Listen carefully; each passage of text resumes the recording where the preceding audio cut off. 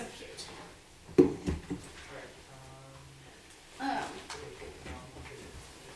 I got all the answers from Paula, but she straight up was like, I don't know why that number is so low in 23. Which leads me to this greater conversation that you and I have had, that like the decentralization of the census is problematic because you're asking non-subject matter experts to like understand the intricacies of our healthcare system, and that is, yeah. That's fine. And then when you get halfway through the slide, it does jump on you. I'll just use the up and down. So Chris, to be on the screen, you'll join the Zoom as a participant. We'll make it to where you join the Zoom as a participant, and then you'll share your screen. Do you want to drive? It might be better than it might be better than me, like you hollering at me. I have it all on a flash drive, whatever is easiest if you want You to. could just drive the Zoom part, Okay. and then I'll take over the switches. Okay. Is that okay?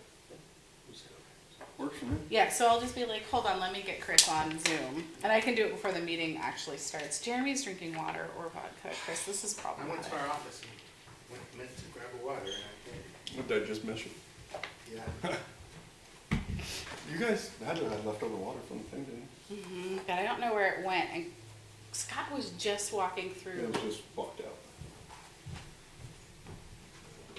Here, I got a Mountain Dew. Yeah. I'll jack that whole Mountain Dew. I don't think there's a machine.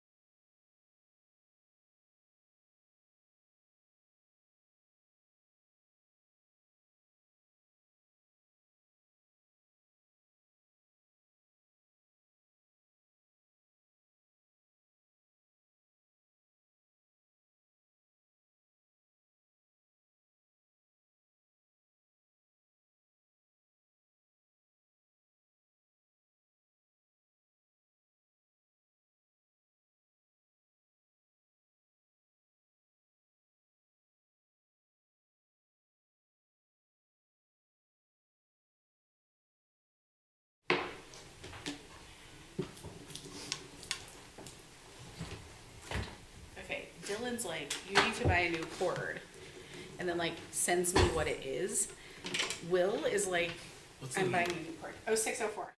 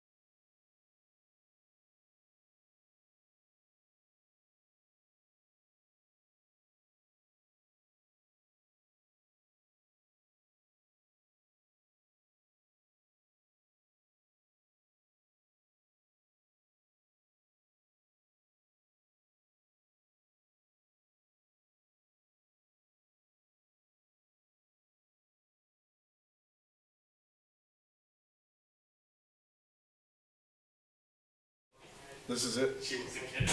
No, she wasn't kidding. Oh, when I was like, they all show up at the last minute, so don't bother coming early.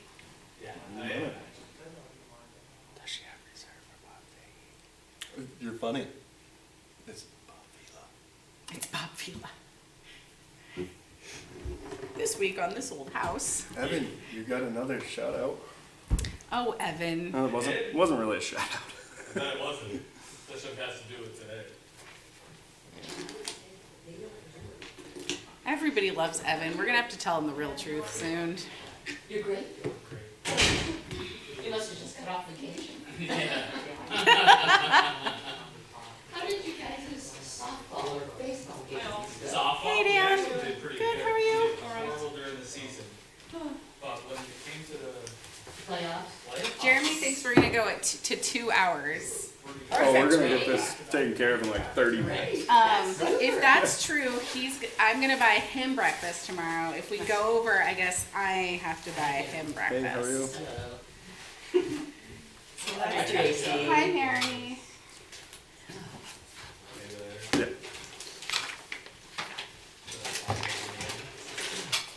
Where's Miss Lana? She's not here today? Lana is taking the night off, ironically for a couple of reasons. One, we aren't gonna have any motions. Right. And two, we pay Lana overtime to be here, so when we cannot have Lana here, it kind of makes sense sometimes. I know, isn't that, it's weird but true. So does anyone need her Mr. Goodlaw this evening since she's not here? No. Do you wanna save it for next week? Cause she'll be here next week. Evan's got his hand up. This guy's so much Because I'm always trouble. bringing one every week to get into a meeting, so if someone needs this, here it is. Otherwise. So she made me a cheat sheet and I forgot it upstairs, so she's gonna be mad. I'm just gonna rip off a piece of paper. I'm gonna be like, didn't you fill out my form? And I'm gonna be like, no.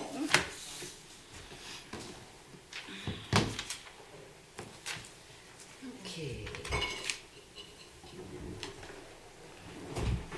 Kim's here.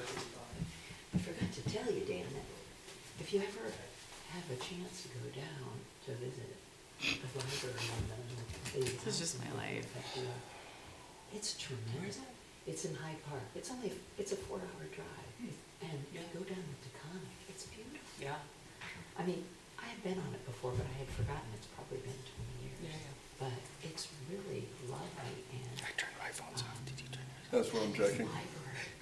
Mine are always on Do Not Disturb, and then tomorrow somebody will try to call me and it won't ring through, and I'll be like, I am so sorry. Like preschool will try to ring through, and I'll be like, my phone was on Do Not Disturb. I always leave it on vibrate at least, but if certain things in my Because you pocket can hit, only they'll sit see there. it about through that. Well, if But anyone it was calls, it'll be phenomenal, my and then daughter. one day we went over to, She won't give up. to Valkill, which is the name of Eleanor's house. Oh, okay.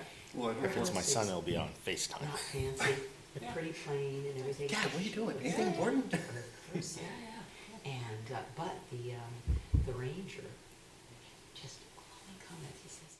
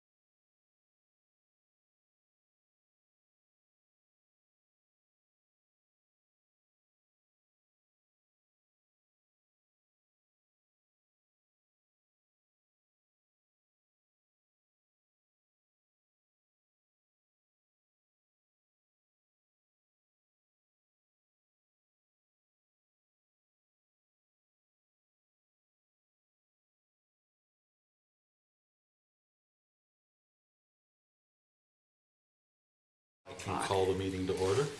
Okay. All right. I'd like to call to order this meeting of the Hartford Selectboard on Tuesday, October 11th, 2022. Yes. Sorry, Mike. 2022 at 6 p.m. All right. Our first item is the Pledge of Allegiance. Would anyone like to lead us? Sure. Okay. I pledge allegiance to the flag of the United States of America and to the republic for which it stands, one nation, under God, indivisible, with liberty and justice for all. Thank you very much. Yes, but everyone joined in at once, so I didn't have to do it. It's Minutes. All right. Order of agenda. I don't think we have any changes to the agenda tonight. So we will move on to public comment. We'll start with people in the room and then go to those who are joining us on Zoom. If you're going to comment, please identify yourself and state your village or town of residence. And you'll have 5 minutes and no personal attacks. I don't see anyone in the room who wants to comment. Is there anybody on Zoom? Two on Zoom. You want me to do the timer? Yeah, that'd be great.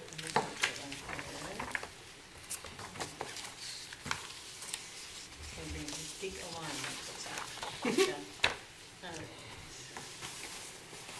Marcy Bartlett, go ahead. Hey, how are you? Good. How are you, Marcy? I am very well. Marcy Bartlett, I live in Wilder. FYI, I stopped in today, and Lisa O'Neill was at her post while the town folks got to do staff appreciation. Lisa felt strongly that she should stay there because it was an election season. I wanted to just say that because that's the type of woman that girl is, and I'm really impressed with her service to the town. Thank you, Marcy. Having said that, we have all kinds of water in Wilder, just not where we thought it ought to be. And we'd just like you to pay close attention to the budgeting for this, of course, and hope that you can scramble together a whole lot of dollars to help the folks fix it. Special thank you to Jeremy, of course, who puts up with me and fixes things and shows up, and we have officially replaced our incoming water line, our outgoing sewer line. I'm telling you, we're living like rich folks.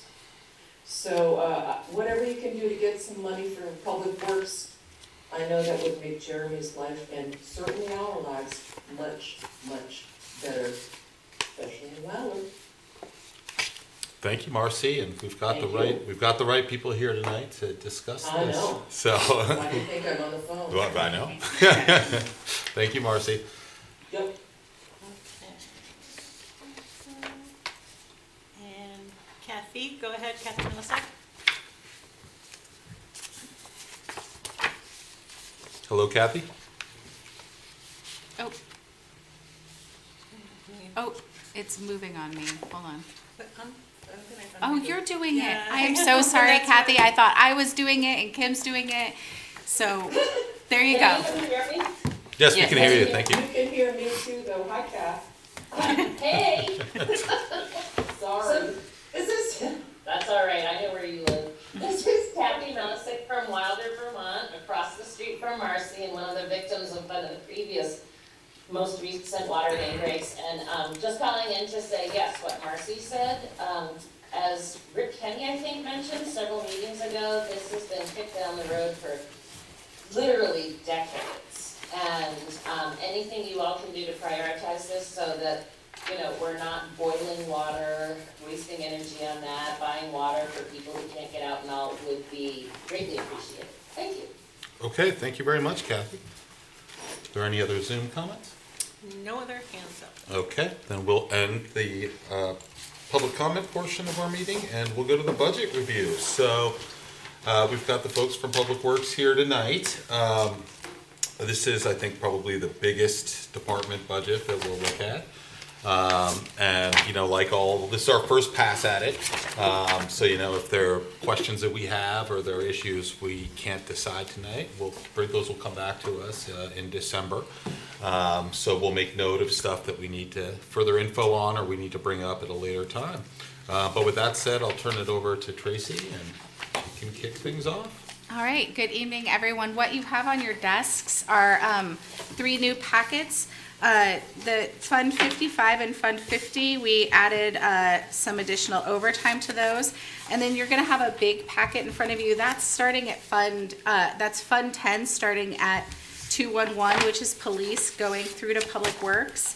And those are, that has the line of any changes that we made to get a more favorable balanced budget on this one. When I spoke to Mike just briefly over email yesterday, we landed on doing this for you all, and then once we get through the big 3, so that's Public Works, Police, and Fire, we can go ahead and if you want a full reprint of your binder, do that.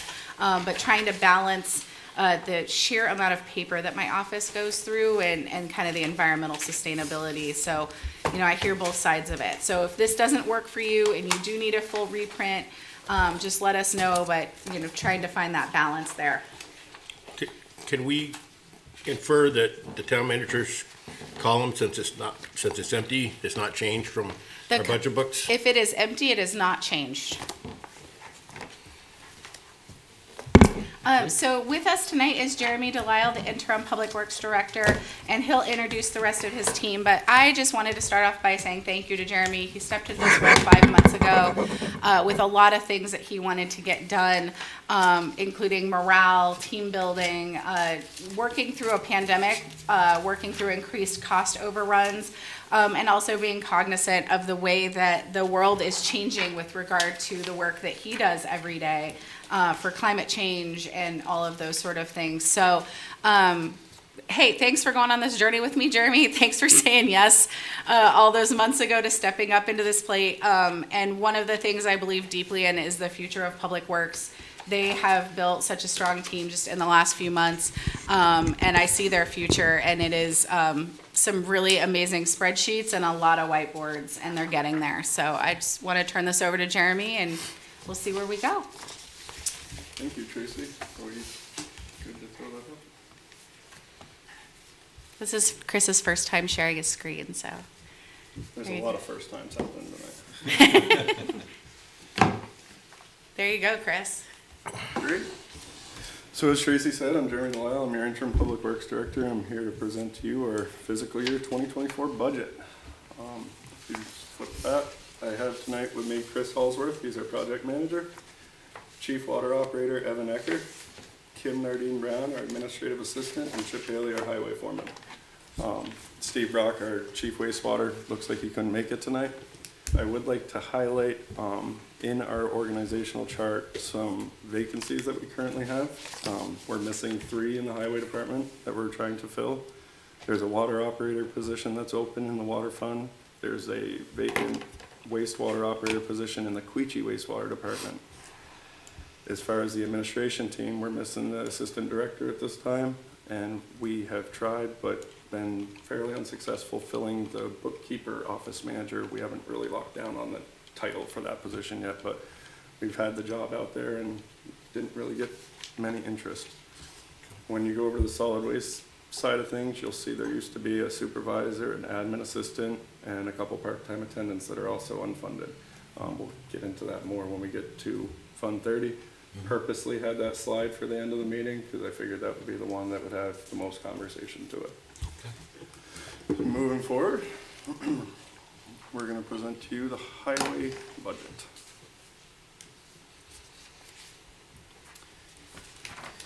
So our highway department is made up of 11 employees. We have our highway foreman, the maintenance specialist, who takes care of all public works equipment. Then we currently have 1 equipment operator 2. We have 8 equipment operator 1s. Seasonal help this year was hard to find, so we never got to get that implemented to see what could happen there. A lot of the supporting staff that the highway department has is basically what you see. We have the public works director, the assistant director, project manager, office manager, and administrative assistant. We currently maintain about 132.5 miles of road. Approximately 35.5 of that is gravel roads that we maintain with 1 2014 grader. When we're fully staffed, we try to get the roads graded twice a year. As I'm sure you guys can imagine with the rainstorms we've had, that maintenance plan is not working all that great with 1 grader. We do routine maintenance, meaning snow plowing, sweeping, ditching, culvert cleaning, anything to do with a road, tree branches, any of that stuff, those guys maintain. In order to maintain all of that stuff, we all obviously have a lot of equipment, so we have, Mr. Jeremy, would you like questions as you present or yeah, just at the end? so, I'm sorry, we have a question slide at the end of each fund. Okay, I combined 50 and 55 and questions at the end. If we Perfect. want to split it up, we can, but at the end of highway is when I was gonna do the questions. for sure, thanks. Yep. So we have 3 10-wheel dump trucks, 4 6-wheel dump trucks, and we have 3 sidewalk plows. The rest of the equipment is all equipment that's needed to maintain our ditches, our storm drains, the Vector truck sucking up the catch basins and stuff like that to keep everything as clean as we possibly can. And our priority this year, as most businesses, is our staffing, as Tracy has highlighted. We're trying to come up with different ways to retain, recruit, acknowledge people in order to get employees to come in. I don't know how many people have traveled outside of this town, but it seems like anytime you drive down the road, there's a message board asking for plow drivers, and that is going to be a very rude awakening for a lot of people this winter. The level of service that these guys provide is unreal, but if they're not staffed, they can only do so much. The 2 seasonal maintenance staff that we really want to get to take care of, you know, they're the labor hands for us to do our road reclamation projects, excuse me. They also can do the downtown pickup. I mean, we had 2 beautiful trees put in down by CNS Pizza, and it was all we could do to get an employee down there to get it weeded and bark mulch so it looked good. And unfortunately went all summer long before that happened, but at least now it looks good. But that's what those positions would do. They'd be the go-getters on that stuff. And as you can see from a lot of our GL accounts, what we are asking for is all kind of outlined out here. The road reclamation paving, we're asking for $525,000 to be put in reserves. That is so it's secure. It's there. We can budget and plan and everything off of that number. In the operating side of things, we're asking for $140,000 in guardrails, contract and mowing, emergency repairs, as in the slope erosion that happened this year. $10,000 to flush our storm drains. Gravel, chloride, erosion control, and hot mix, about $75,000. The salt, we just got word today that salt for this year is up to $85 a ton. This number was figured off at $95 a ton, expecting the inflation rate. Winter sand is $40,000, and as everybody remembers, our mud season we had this year, we with like $25,000 for gravels for the mud season. Asking for $50,000 in bridges, $50,000 in line striping, $150,000 in sidewalks, and $10,000 in building maintenance. You'll notice that I didn't speak much about the $91,000 for Gate Street or the $125,000 for the Queechee Main box culvert, because we're gonna, next slide, I believe Chris is gonna get into that conversation. And this is our project list, and I'm gonna let Chris fill you in on the project side of each department when we go down through. All right, so again, Chris Hallsworth. The first and foremost, keeping in the format of previous budget presentations, we have the project descriptions laid out. These cover most projects, not every little project that we have, but the first one would be our road reclamation and paving.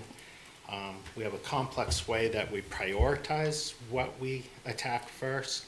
You know, it's based on many factors. The available funding, of course, is primary, the most important one that drives where the money goes to. Based on deterioration, if we don't have enough money to do something that is complete and going to last for a normal life expectancy, we would forego it until we had the appropriate funding for it. Also driving what we pick out would be what is that abusing not just the other vehicles on the road, but our vehicles. We have several roads that actually are abusive to our own plow equipment, causing failures and breakdowns. So those tend to go to the top of the list. Then we also consider the underlying utilities. Is that road scheduled for an upgrade? If so, we try to coordinate with that. Unfortunately, we can't always do that.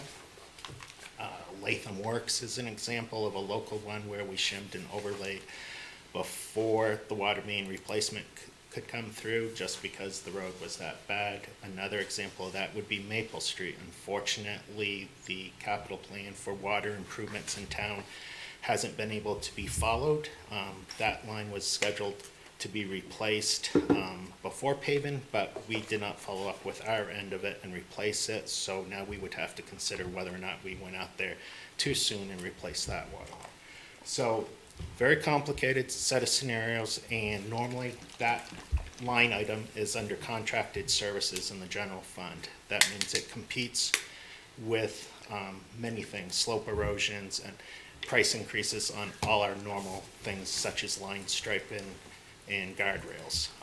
We're asking that that be set separately and considered separately and reserved, so that we can think about projects in multi-year terms, because as you're all well aware, we are only finishing last year's paving this year, and we struggled to complete it with vendors and product delays.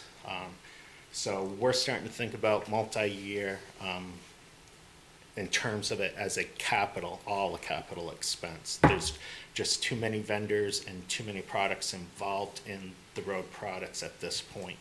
We had trouble securing just the personnel out contracted services to raise manholes. We had to resort to an in-house method of doing it, which we did the best we could, but normally you would contract that out to professionals. There were none available to raise our manhole structures. So those are the challenges we're fighting on that, and that means we need to secure piping a year in advance. We can't do that when we're approving a budget and then only putting someone under contract on July 1st. That doesn't work. So we're trying to look at these as multi-year projects and secure at least half of the funding the year before, so that we can start purchasing items such as pipe the year before.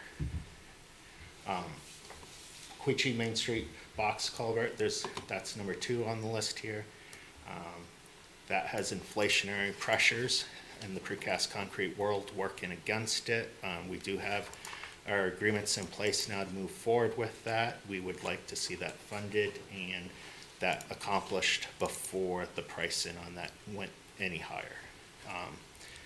And when I say pricing goes any higher, working on engineers' estimates with inflationary factors. So the real world, once it goes out to bid, will determine whether or not that estimate was accurate or not. It could go either way. Bridges. We do have a bridge maintenance and capital plan that's never been fully implemented. That's partly because of Irene. Irene came in, and that plan is now way out of date. Some of the bridges were actually replaced that are in that plan. We would like to get that plan updated, have structural engineers actually evaluate it, and we would also like to get the engineering done for the bridge right out here over the White River for that sidewalk. That sidewalk is full of conduits, and everyone wants an easy fix on that. However, we had some preliminary engineering review done on it, and that there's nothing simple about it. So we would like to use it for that and for the engineering on the bike path bridge in Wilder. As y'all know, that has suffered a great deal of damage from salt. The product used at the time is not living up to its expectancy, so we want to get those plans in place so we can get a real number. We had a preliminary engineering report on it, but it needs much more extensive engineering. So 4th up on that list is the Gate Street Hill engineering. We took the time, we did preliminary plans in-house according to the layout the town decided on. We took that out for an RFP for engineering. We've been fighting to get back to you with that. We need another $91,000 to fund that from what we have. Most of that cost is in the geotechnical and end of it.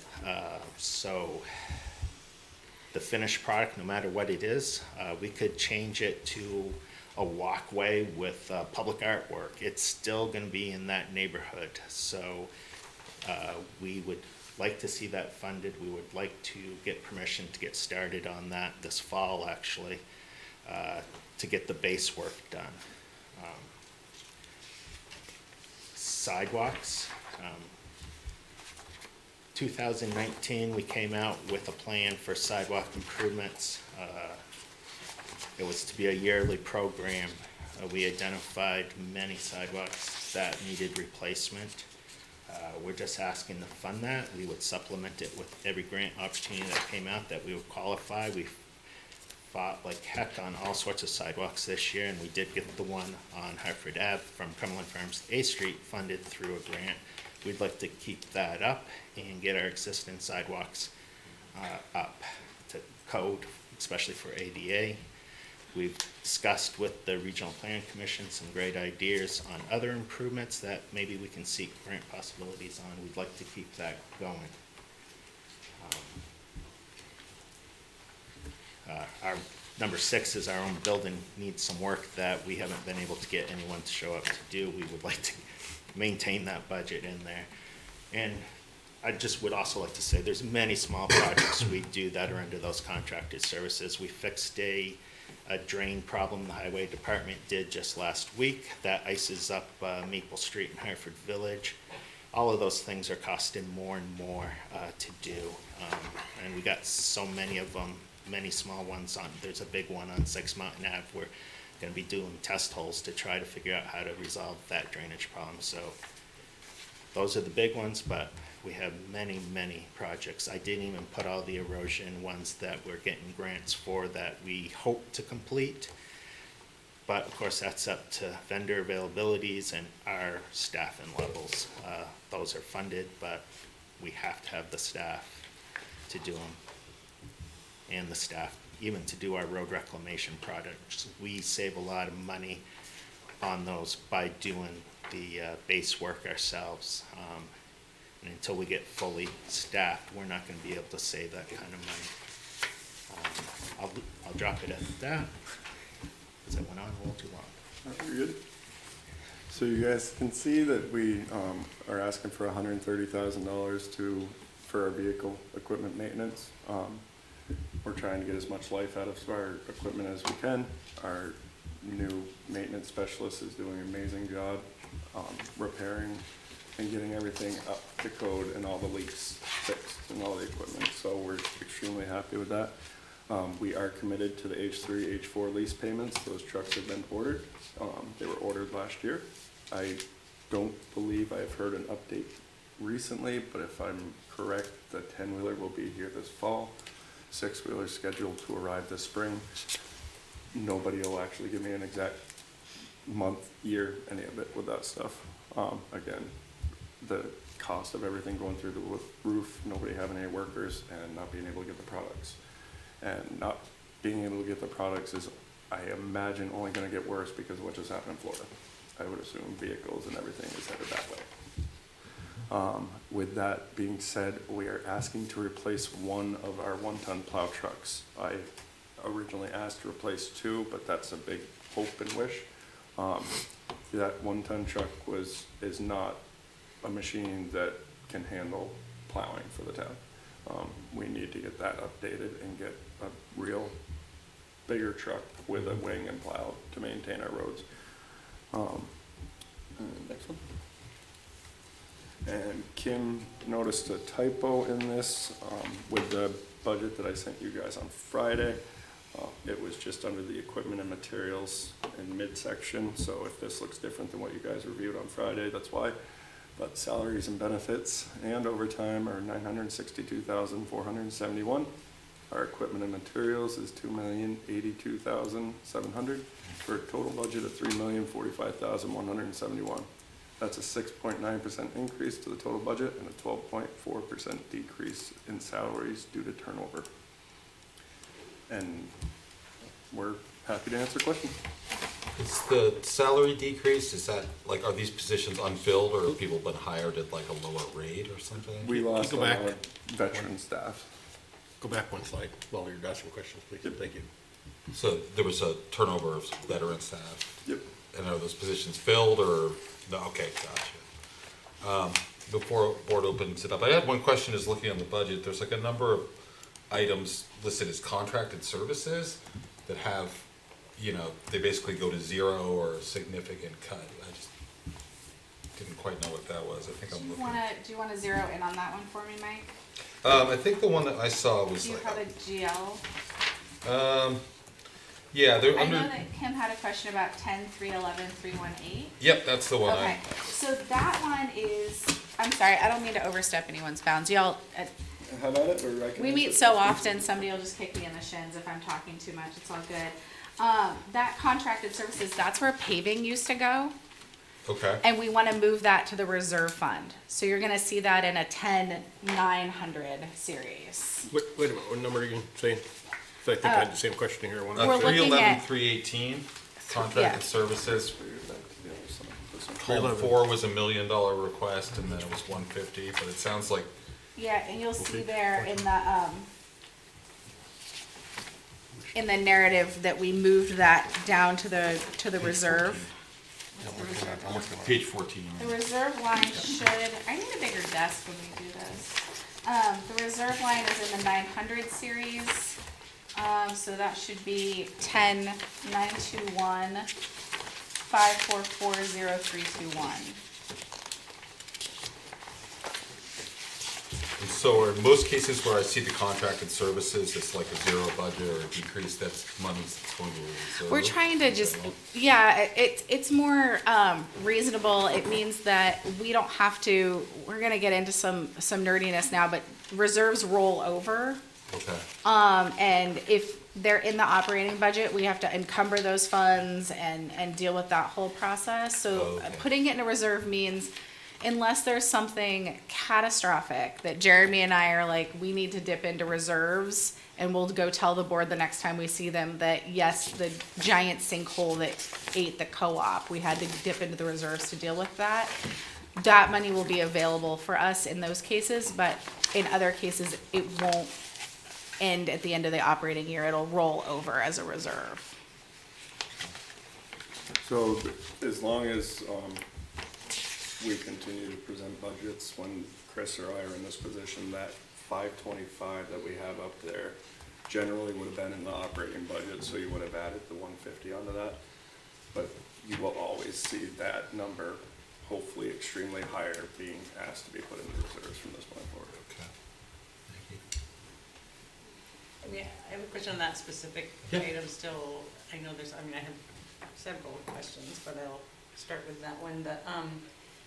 So is this the same thing that we were referring to in the CIP discussion about highway infrastructure reserve? So where that was originally requested at like $1 million, and then, which is what it looks like in this department head request, and then we talked about 775. So I'm curious where 525 came from, and I'm also interested to know what is the current balance of what's available to us for paving in reserve funds or in the operating budget. I mean, I can kind of talk about the change. The change was just a phone call to Jeremy saying, I looked at the actual bottom line and I don't think the board can stomach a well over 10+% increase. Do you think for this year we can take that down? And hopefully work towards that in the future, but considering the increases across the board, it looked really unpalatable to me for me to present to you all and for you all to defend to the voters. So that was where we got that down to Just want something. to make sure I'm looking at the right numbers. Totally. That is the same number, road reclamation, like, and I think for me, one of the things that like I try to remember is when we're talking about paving, you know, you heard Crust call it, shim and overlay, which is really that final, I think about it as a cake, you know, it's that final pretty layer on the cake. But if the cake is structurally unstable, that pretty layer on top is eventually going to collapse in the cake as well. So we're talking about rebuilding the structure of the street, which is helpful for me when I think about this. We're not just talking about putting down a new coat, you know, it's that actual like digging into the roadbed. Yeah, so I know there's questions about the paving report that was done and finalized in 2018. That called for starting in 2020, $950,000 to be put into the budget, either in the contracted services or some portions of it in capital, because a lot of these projects we're talking about were considered capital at that time. That plan, and then it was to increase with inflation. So that's where we want to work to eventually, but understand that plan, certain aspects of that plan were abandoned almost immediately due to cost and so forth. And we found a way, we are on track to do the capital portions of that plan, but that plan went out to 2037 and was wasting money on shim and overlays until those roads could be redone. Our plan's gonna be way ahead of schedule on that, so once we get past that, we will be in the mode of shim and overlaying the town. But we're trying to get rid of the abusive roads first, which in some eyes is counterproductive, but we're trying to beat inflation on these. So we feel that 525, we can work with that because of our staffing issues and limited vendor supplies.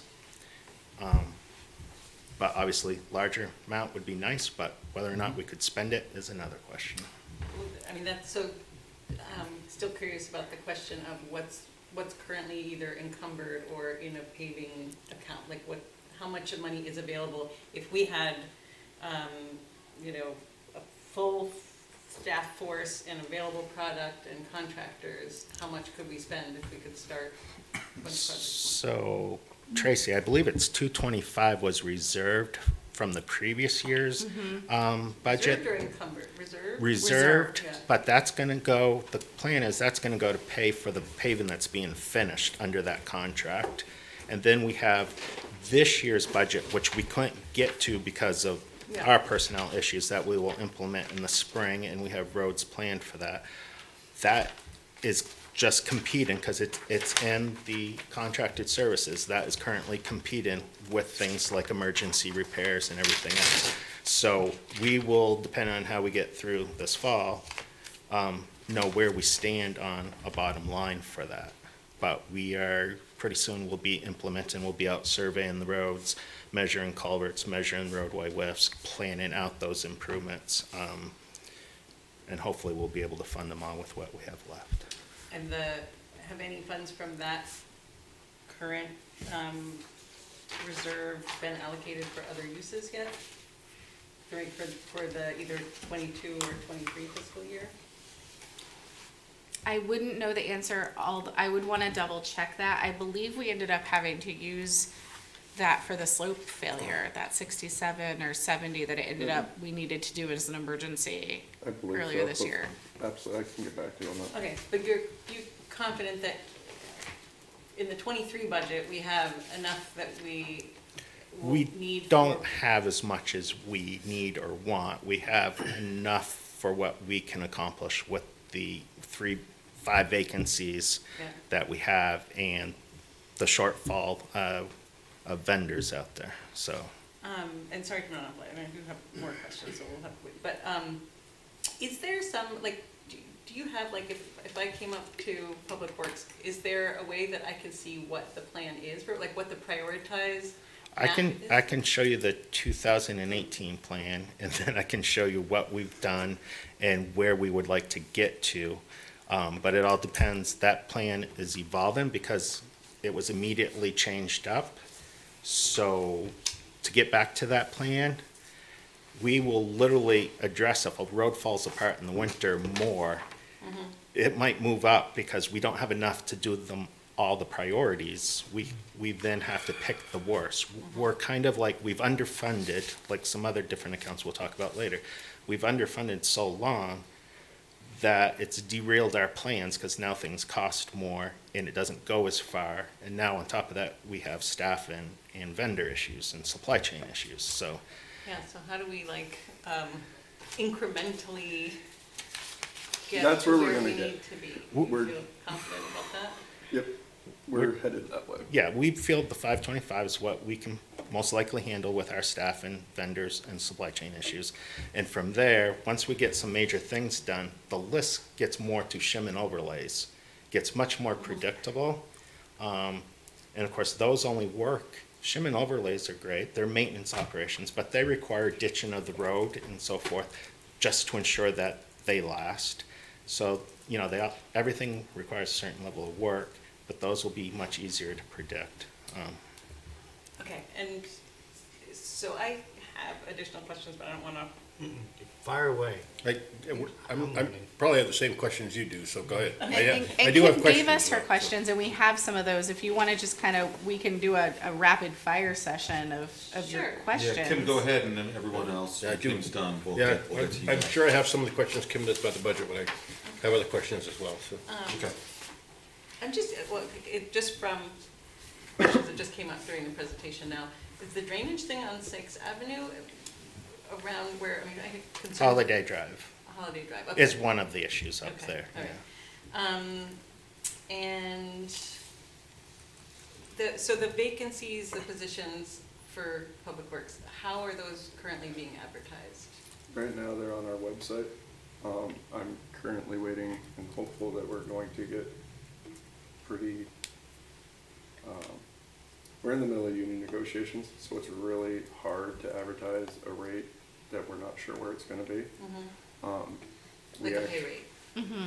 So what has been helpful, and we just took on a new employee in the water department by word of mouth, and we're actually interviewing another person by word of mouth. So it appears that the morale changing is helping, and it's having the employees actually reach out to everybody that they know to get people to come in.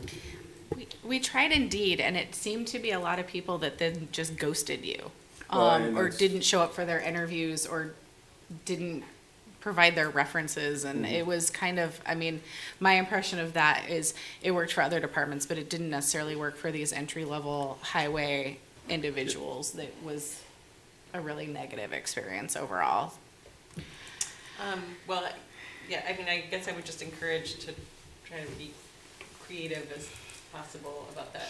We actually got applicants when we put it up on the message board out here. Yep, I saw that. The unfortunate thing with right now is we're asking for a level of service from our personnel to go out and plow roads all night long, or not all night, but in a safe manner.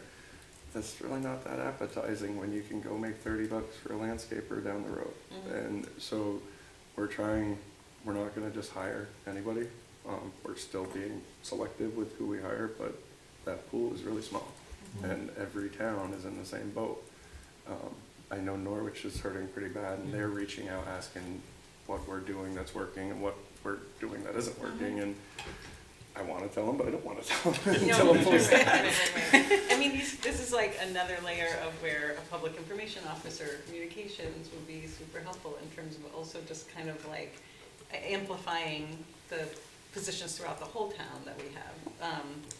Okay, so then to my questions I emailed, so the next one is the health insurance, which I gotta just, I mean, Yeah, so you wanted to know, like, why you had a proposed amount around 57% more than the approved FY23 amount. And so I wanted to get you all some more information about healthcare. And again, if this doesn't answer your questions, when it comes forth to my office, we'll actually bring HR in to kind of, because this is gonna continue across the town. Okay. And I think what you're looking at, Kim, is the town pays 85% of our plan costs, but different plans cost different amounts. So we have a singles plan, a couples plan, a parent and child or children's plan, and a family plan. And that's from the lowest cost to the highest cost.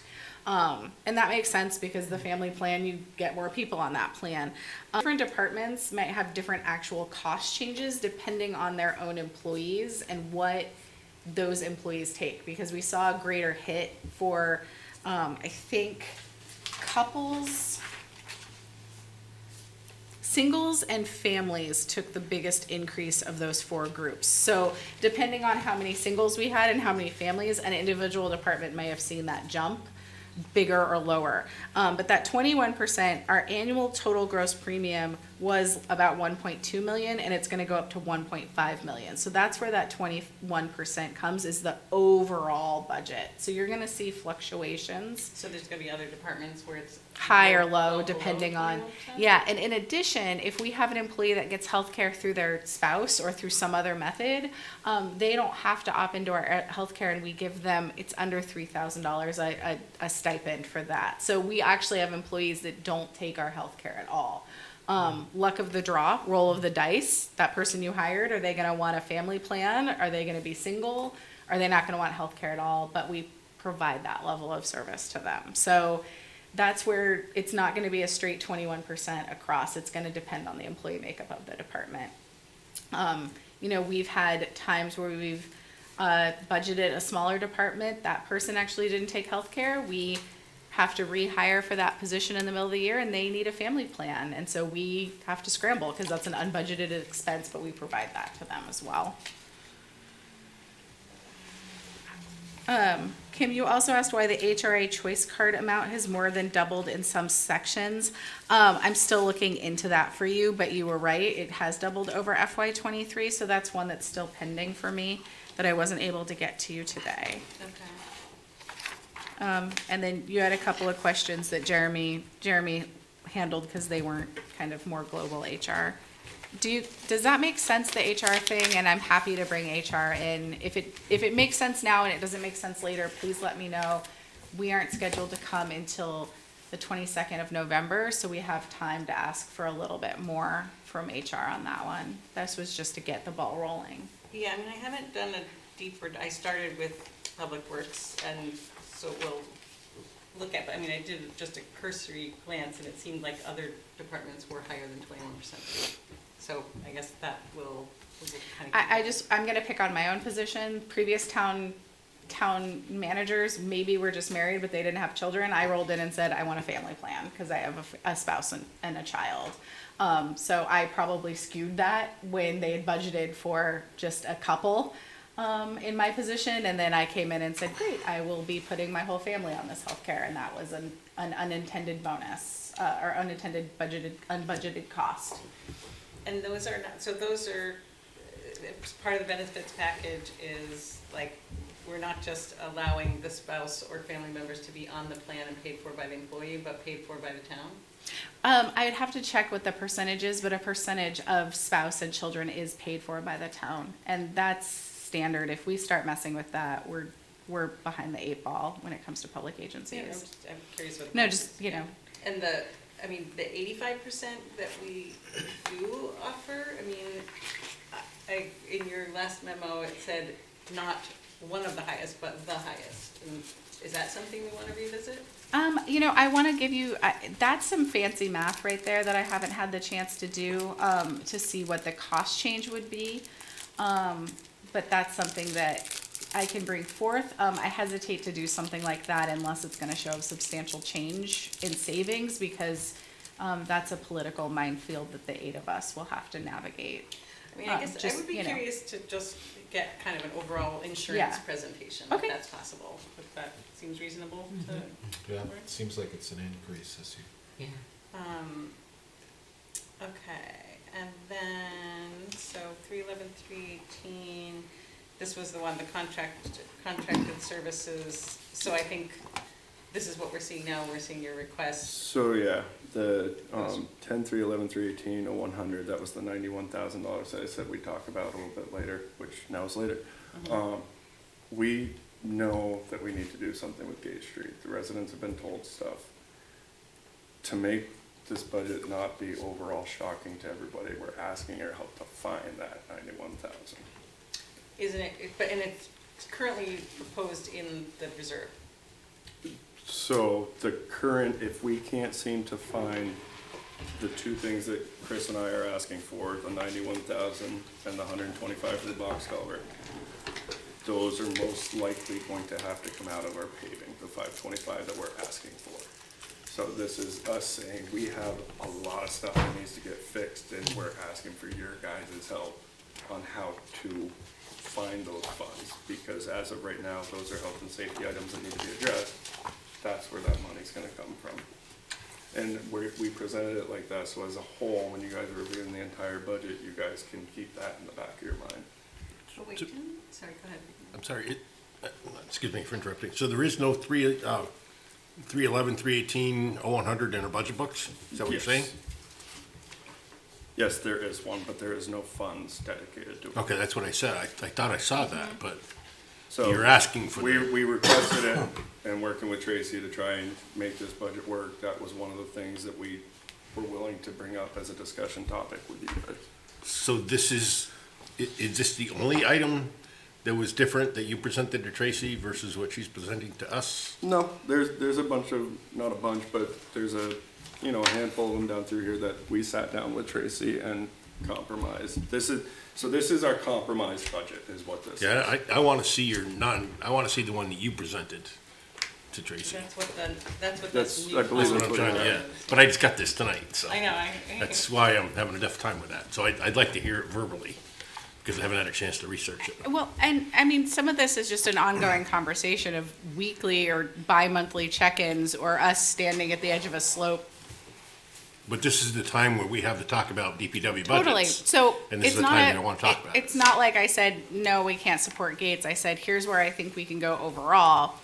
Where do you want to put it, Jeremy? And I landed on, put it in paving and let's talk to the board and see what they want to do with Gates and with the Queechee Main. So those aren't conversations where you're going to see a line change because they happened before that point. Because we're constantly talking about this. We didn't just open it up. It's like, Jeremy, we're going to do the budget. What do we have? Like, what do we need to deal with? Like, what do you think is palatable to them? Everything's going up. Where do you think we should go? I think we should ask for their guidance and see where we land with this because we've already picked apart some of the easier decisions and unfortunately we've now left you guys up with the harder one. So, because I guess I was under the impression that the 318 is, oh, okay, so there was 100,000 requested, which is basically encompassing the 91,000. And that is not currently proposed as a reserve for anywhere, like it's just, okay. I mean, I want the, Tim, tell me what page you're on, please. well, on the 58 is the reserve accounts, the 921, 544s. What page? Or in this new one, it's Yeah. page 14. I'm working off of this one. Page 14, line 311, 318, 0100. Okay, I'm with you. Thank you. Like, I've been under the impression that we were gonna try to get the Gate Street bond question on the ballot. Can we do that, whether we have this This is just the engineering. right? But shouldn't we engineer it if we're gonna ask if the town wants to pay for it, or is that? We have a proposal for the engineering. It's been on the docket for you guys to look at it. I don't know the reasons, but you haven't approved it. The money wasn't there to approve it. So we're asking for it to get funded so that we can get it going. I'm not gonna speak for anybody else, but the budget as a compromise, you have to understand, many of our line items, you'll ask us, why didn't you spend that money the next year? Mid-season, to keep past budgets that I've had limited involvement with, the way it's worked is you gotta have something everyone will approve. So hence, you have wish list, and then if you can forego something, so you can fund an emergency or something, you take off of that money from there to fund it. It's not quite transparent in some ways because it messes your mind up when you go to set the next year's budget. But what we're asking for is a little bit of transparency here. You can set that money aside, fund it up front, not steal from paving or contracted services, affect that budget. And we're all happy we can get everything done we set out to do. Or we can, some people might call it luck, if you don't fund those 5 people, you might have extra revenue available that you then gave to a contracted employee, so to speak. So, And has all has all of whatever salary savings were from the 22 fiscal budget been put in unassigned funds? That was another question that I couldn't totally get to you, but if it hasn't been encumbered, it's been put into the unassigned fund balance. So that's the two paths forward. So you had asked like exactly how much salary savings there was in FY '22. I couldn't get that number calculated for you in time. But there's only two paths forward at the end of the fiscal year. We put it in, we encumber it, or we put it in unassigned. So And we probably wouldn't we start encumber- over with kind of base zero. We wouldn't encumber salaries, were we? I'm not looking at that We report. would, well, the encumberment, yes, so we wouldn't encumber salaries. We may use salary savings to pay for a cost overrun in another encumbered project, but I mean, I would love to see the breakdown of what salary savings were used for, or are being used for this fiscal year. I'm gonna see if we can get that and how it's calculated, because I'm not entirely sure on the back end of the accounting software how that works. And Gail was under a deadline and low staff today for her, so she was at the window a lot. Add on to that. Of course. Okay, go ahead. I personally, and I don't want to make this icky, but it's going to be icky. I'd like to see a breakdown as far as salaries go, because when Kim's talking about savings that we have from salaries, I'd like to see the breakdown of the salaries to see what line item they came out of, or what position they came out of. So it'd be nice to see a line item, line by line item, of what salaries are within this budget. How deep do you want to go? Because I really caution us about getting down into this exactly how much everyone's getting paid. And there were a lot of really hurt feelings of people feeling like they were being called out individually on like their own personal life choices. So I want to make sure that we don't have to climb out of that hole in terms of employee morale again. But it is a public document, what people make. You receive the the tax. manifest every. What's that? You see it in the No, manifest no, every other no, Right, no, the manifest is not public, only you No, it guys. is. The public is available to be gained by the public. The public has access to anyone's salary within the town of Hartford. I worry about the morale in a really difficult hiring of getting into the weeds about who's making what and what healthcare choices they are making. So I'd like to table this and focus on public works for a quick second and maybe get through highway. But And if we're asking for a breakdown of where money's coming from salaries, I'd like to know what those salaries were intended for, to see where the savings are coming. We're just giving us a number of what savings were, does mean nothing. I would like to know where those savings were coming from. And it is From vacant public, positions. yes, from the positions within the department. So I And- can tell you what positions were vacant and likely for how long. But that's not gonna say that, John Smith makes $21.42 an hour and he has a family employee plan, and he has a VEMR's 8.5. The salaries are what's public knowledge. What somebody's benefits are, what they choose for a package, that's not public knowledge. But the actual salaries is public knowledge. So anyone within the town of Hartford, anyone, period, has the right to do a public records request and get the salaries, because they're paying for the salaries of the employees within the town of Hartford. They entitled to the salaries from the people of the town of Hartford. That is public knowledge. And just anecdotally, Yes. one day I told Leo that I put my agenda packet in the recycling bin and it went blowing down the street and everyone could see what the firefighters were making. And he's like, it's okay, it's public Right, document. so That was if my- anybody has a problem with that, they have to realize that this is public knowledge. Last year, there were a lot of names named and who was making what, and it was a morale hole that I had to climb out of with a lot of staff. So I just urge caution that we are working really hard on that as a group. We are also working really hard to retain and recruit employees. And I want to make sure that we strike a good tone with that, because that's the sort of thing that is not helpful in a public agency. Yes, it is public knowledge. I have been doing this for well over a decade with my salary.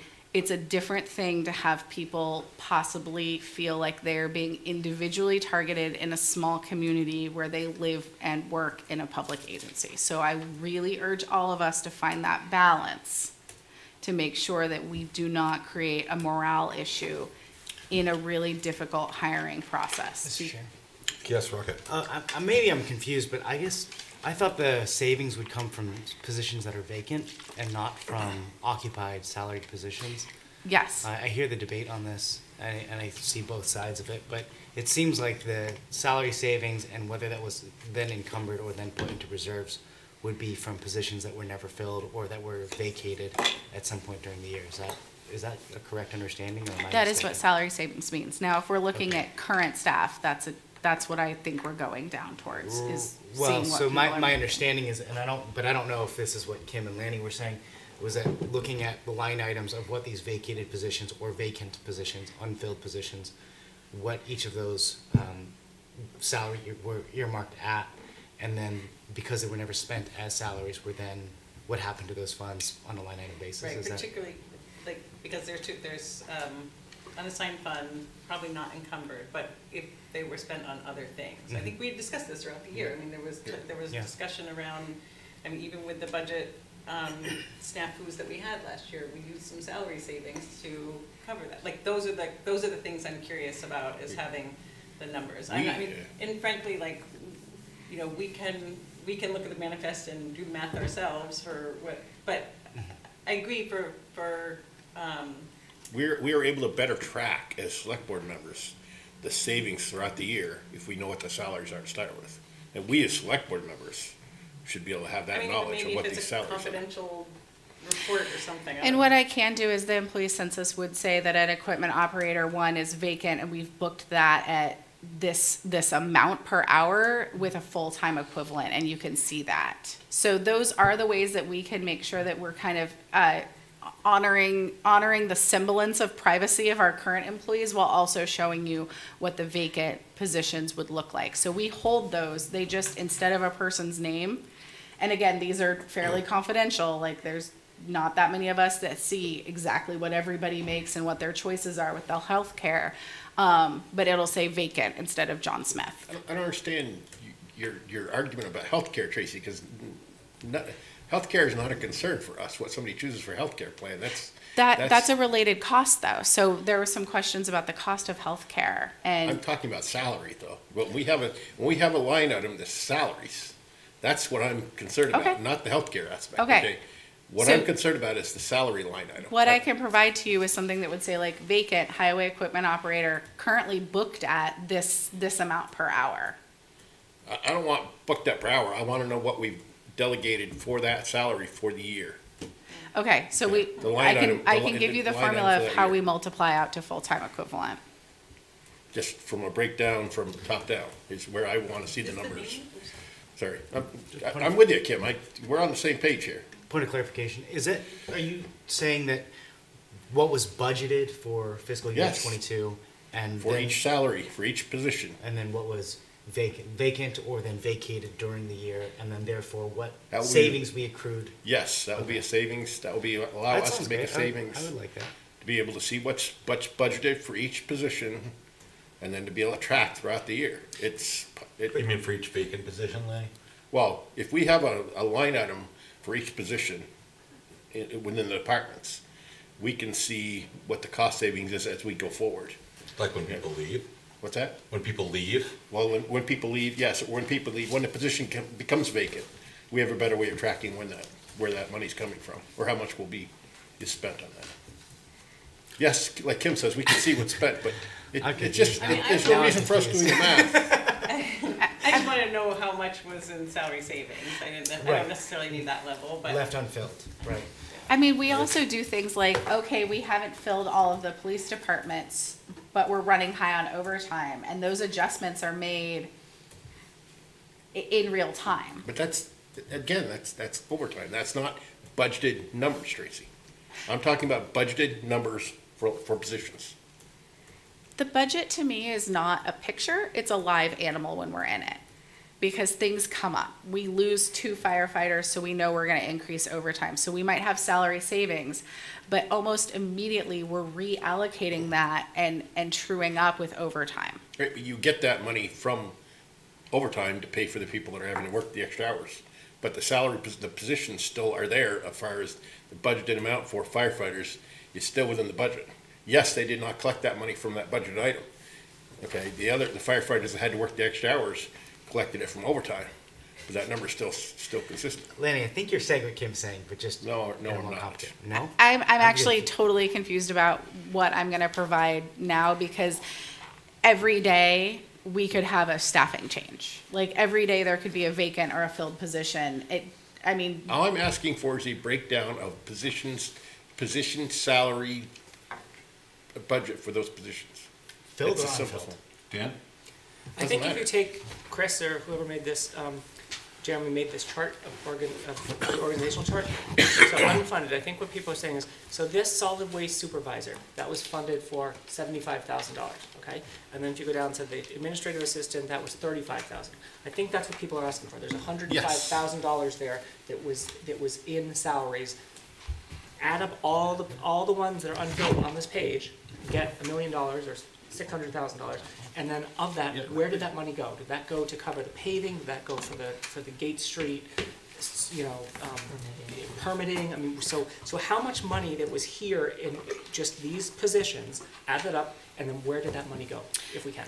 Okay, that makes more sense. Thank you, Dan. The where did that go is gonna be a little bit complicated Yeah. because we don't track it dollar to dollar, so that might be a little bit more work for finance because they would have to look at the actual general ledger movements.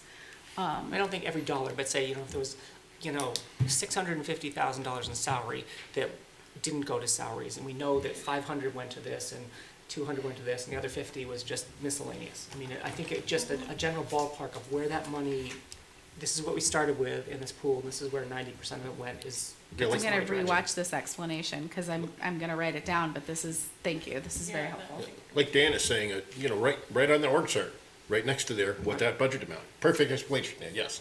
You're saying exactly what I say, so Tracy can understand it. Right next to the organizational chart, write down what that projected budget amount of salary was. Perfect. To go back just to, if that's okay, just to an earlier question. So it sounds like the box culvert's 125, Gate Street's 91, so we have about 215,000 we have to find from somewhere, or else that money's gonna come out of paving? 215, did you just say? 91 and 1, yeah, okay, Whatever, sorry. it's 216. Yeah. So that'll come out of paving if we don't find a place for it, or we don't find some funding for it. Okay. I thought we put some money in the budget last year for Gate Street. That was What all for? explained in one of those slides. Yeah. If you, we've unshared, but, Was that for the engineering? Where'd it go? It's encumbered. I think, So, So we haven't used any money that we've spent, that we allocated from last year. So I believe, there was 78 off the top of my head? we added it all up and it's 150 Yeah.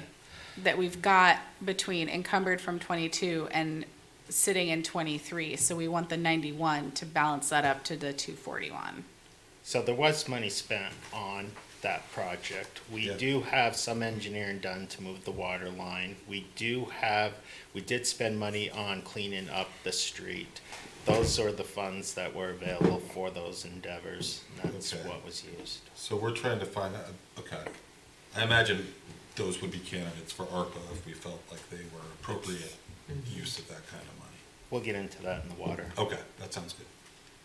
Questions, other questions? Dan? So, did I hear incorrectly, but clarify for me, please. So we are not ready, without this engineering survey, which hasn't happened yet, we can't really move forward with Gate Street, in which case we can't put something on the ballot in March because we don't have that information. Is that right? Not unless we can get the engineers to a point where they can provide us a engineer's opinion of costs based on what we've done today. We have in-house a plan done that is the basis of their cost to engineer that conceptual idea up. If they could proceed with that to a point, if we could get them under contract and they could proceed to the point where they could estimate that cost, then we would be in the position to go forward with a bond vote. If we could get that done fast enough and beat the finish of the engineering, and if it fails, we could stop and reassess where we were going with the project and So how to it's a stabilize possibility it. that we could get that as a bond on the ballot for March. Correct. So I think that is something, How much more is needed? yeah, that is a priority They for haven't the started board. their work. For the There's no residents. geotechnical work done. There's no base survey up the Gate Street Hill. So we've done nothing on this, and we're gonna try to get this on the budget, on the vote for March, and we've done nothing? We have done a lot of work to get, But and nothing nothing towards share getting that with this- you, but it's, you Doesn't guys sound are like you're the ready to move on. commissioners of the roads, you guys are the leaders. I mean, I hear you, Lanny. I think that it would be, This is coming up for November, and we're talking about March? I think that it would be a little premature to try to bond on Gate Street without us getting the full engineering and looking at all the other things you have to do. We'll be moving, that's pretty quickly. I think if we wanted to talk about a general bond, it would be a general infrastructure bond where we would have a plate of items that we would want to bond for and do. And Chris is going to talk about that when we get to water and wastewater, not necessarily bonding for Gate Street. But still, that doesn't still answer what I think Dan's getting at, and I may be filling in, is how much is left to get this thing off the ground, to get this thing going here? We've been sitting on this thing. How much more is needed to make this happen? I think 91,000 more is needed, right? To finish the, You need the finish full amount, engineering 91,000.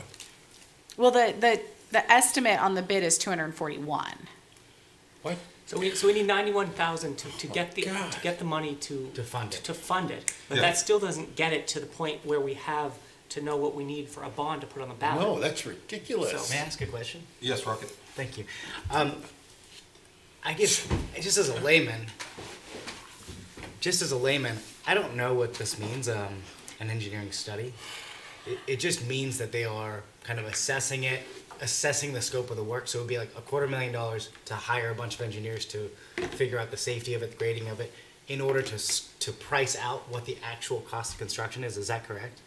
No, this is a comprehensive bid we saw. It has A to Z. It has the geological, geotechnical study. It's got the engineering. It involves options moving forward to adjust it based on pricing. It has everything. The landscape architect for the street lighting, any side improvement, everything, A to Z. And then we have the construction oversight as a separate line item. But There Rocket was- is right in that it's not going to actually, that's not going to put a shovel in the This is not ground. shovels in the ground. No, This is just 241 is to get it fully engineered and out to bid. planning and blueprints and options for Everything, us. yep. Okay. Are there any other, it sounds like that engineering study would create a lot of options for us if we wanted to do one-way traffic, two-way traffic, something like that. No. So No, part of the we've already previous, decided. maybe not everyone here was on the board, Yeah. but part of the previous thing is we narrowed it down through a survey and a study as to what people would want. It's currently, and then there was resistance shortly after. Yeah. We took the time and effort to do this plan. It's one way with a sidewalk. That's what it is. There are options to save money. I'm not saying if you decided to get rid of the traffic lane and do a multi-purpose path down it, there would still be opportunities for those type of changes. Yeah. And the wall type savings, those are out there. Gotcha. And then, because I wasn't on the board previously for this conversation, if you could just help me fill in the history, was there a reason why previous boards or the voters voted in the $150,000 and then that just turned out to not be enough? Or that why that wasn't moved on? Like, why has it been pushed to this year versus being executed? Was it just staffing on your end, or? So the long story short is there's staffing changes. There's changes involved here. Okay. We're trying to move it forward. There was a shortage of funds to implement it previously.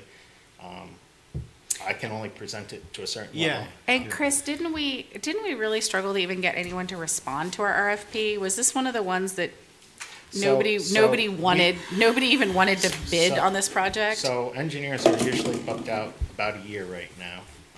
They have the same staffing issues as everyone else. We had the one engineer we really wanted to partake in it, did, and that's who we got it from. Didn't know he was the only one, but he was the only one to actually respond. So it's just a mix of it being underfunded to start, plus staffing changes here, and then engineering firms generally being And I think booked up.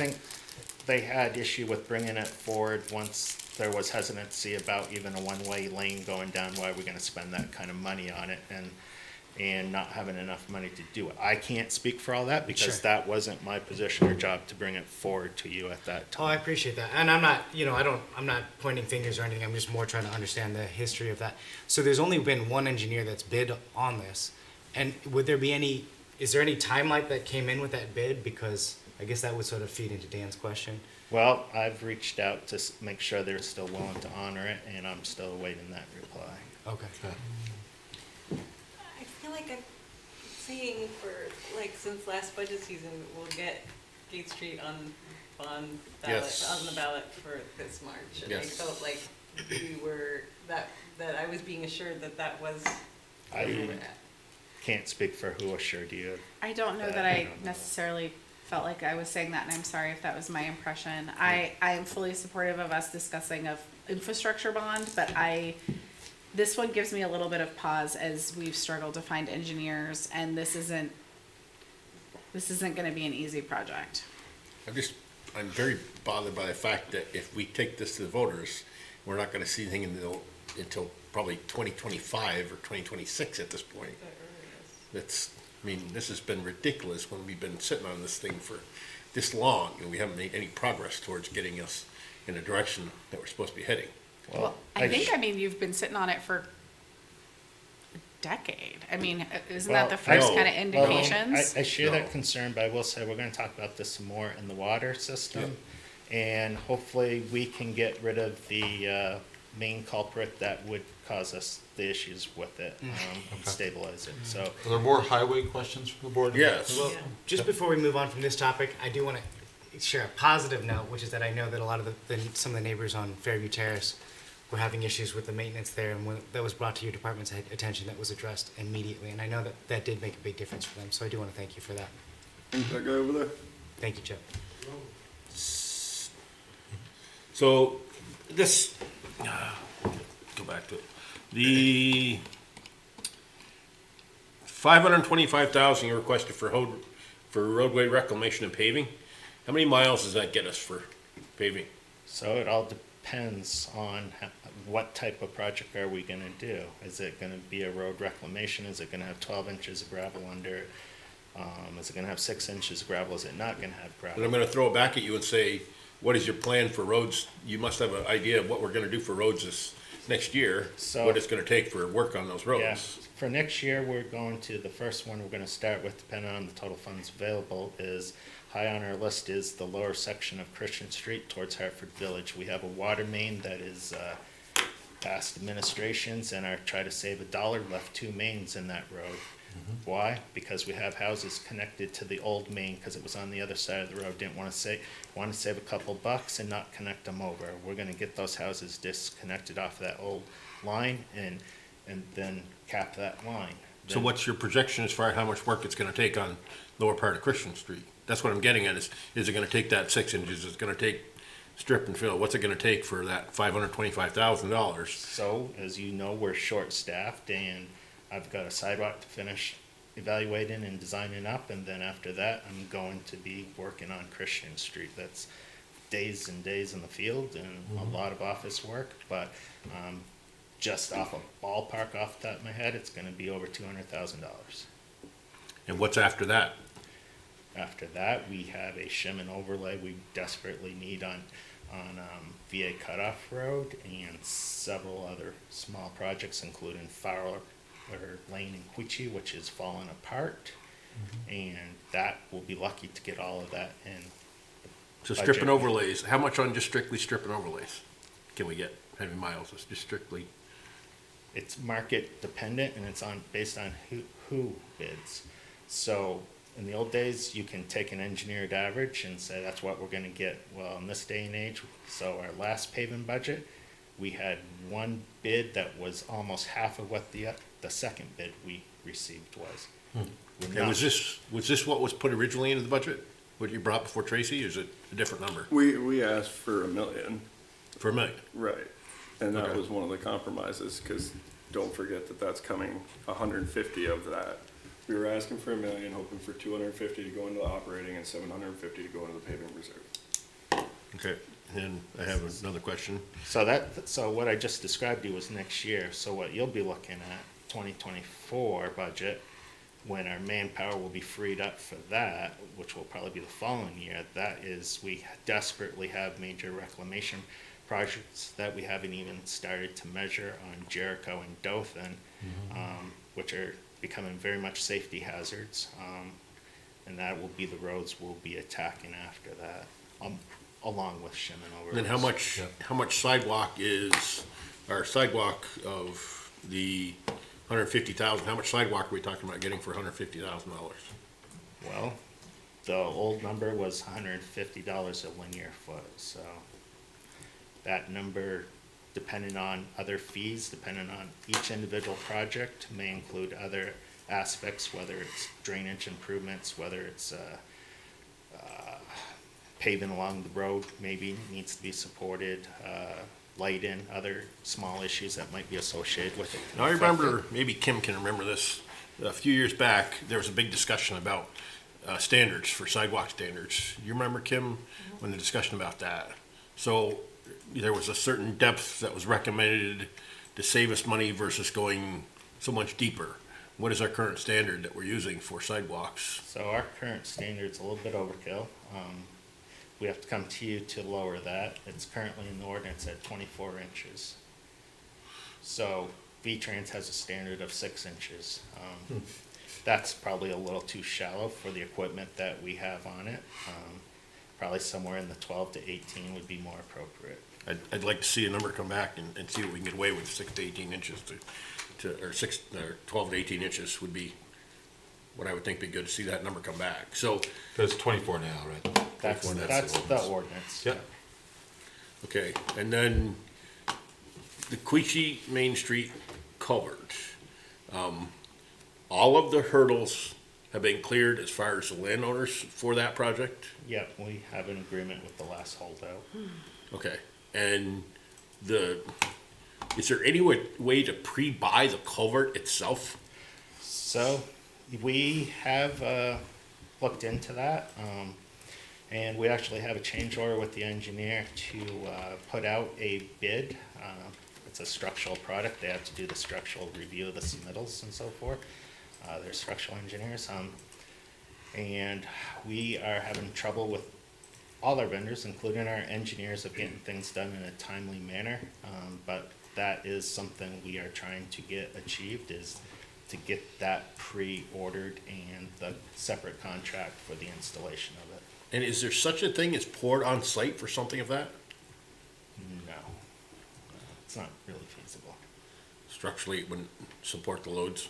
Well, you gotta form it up, before you load it up Right. and put a load on top of it, and it's gotta be cured and so forth. This is, you dig the hole, you get it in the ground, you get it backfilled, get it back up and running, and you get the loads going back over Right, it with a little understandable. disruption. I know the time refinement involved in it, so, okay. So Chris, can I just have one quick question on that? Yeah, please.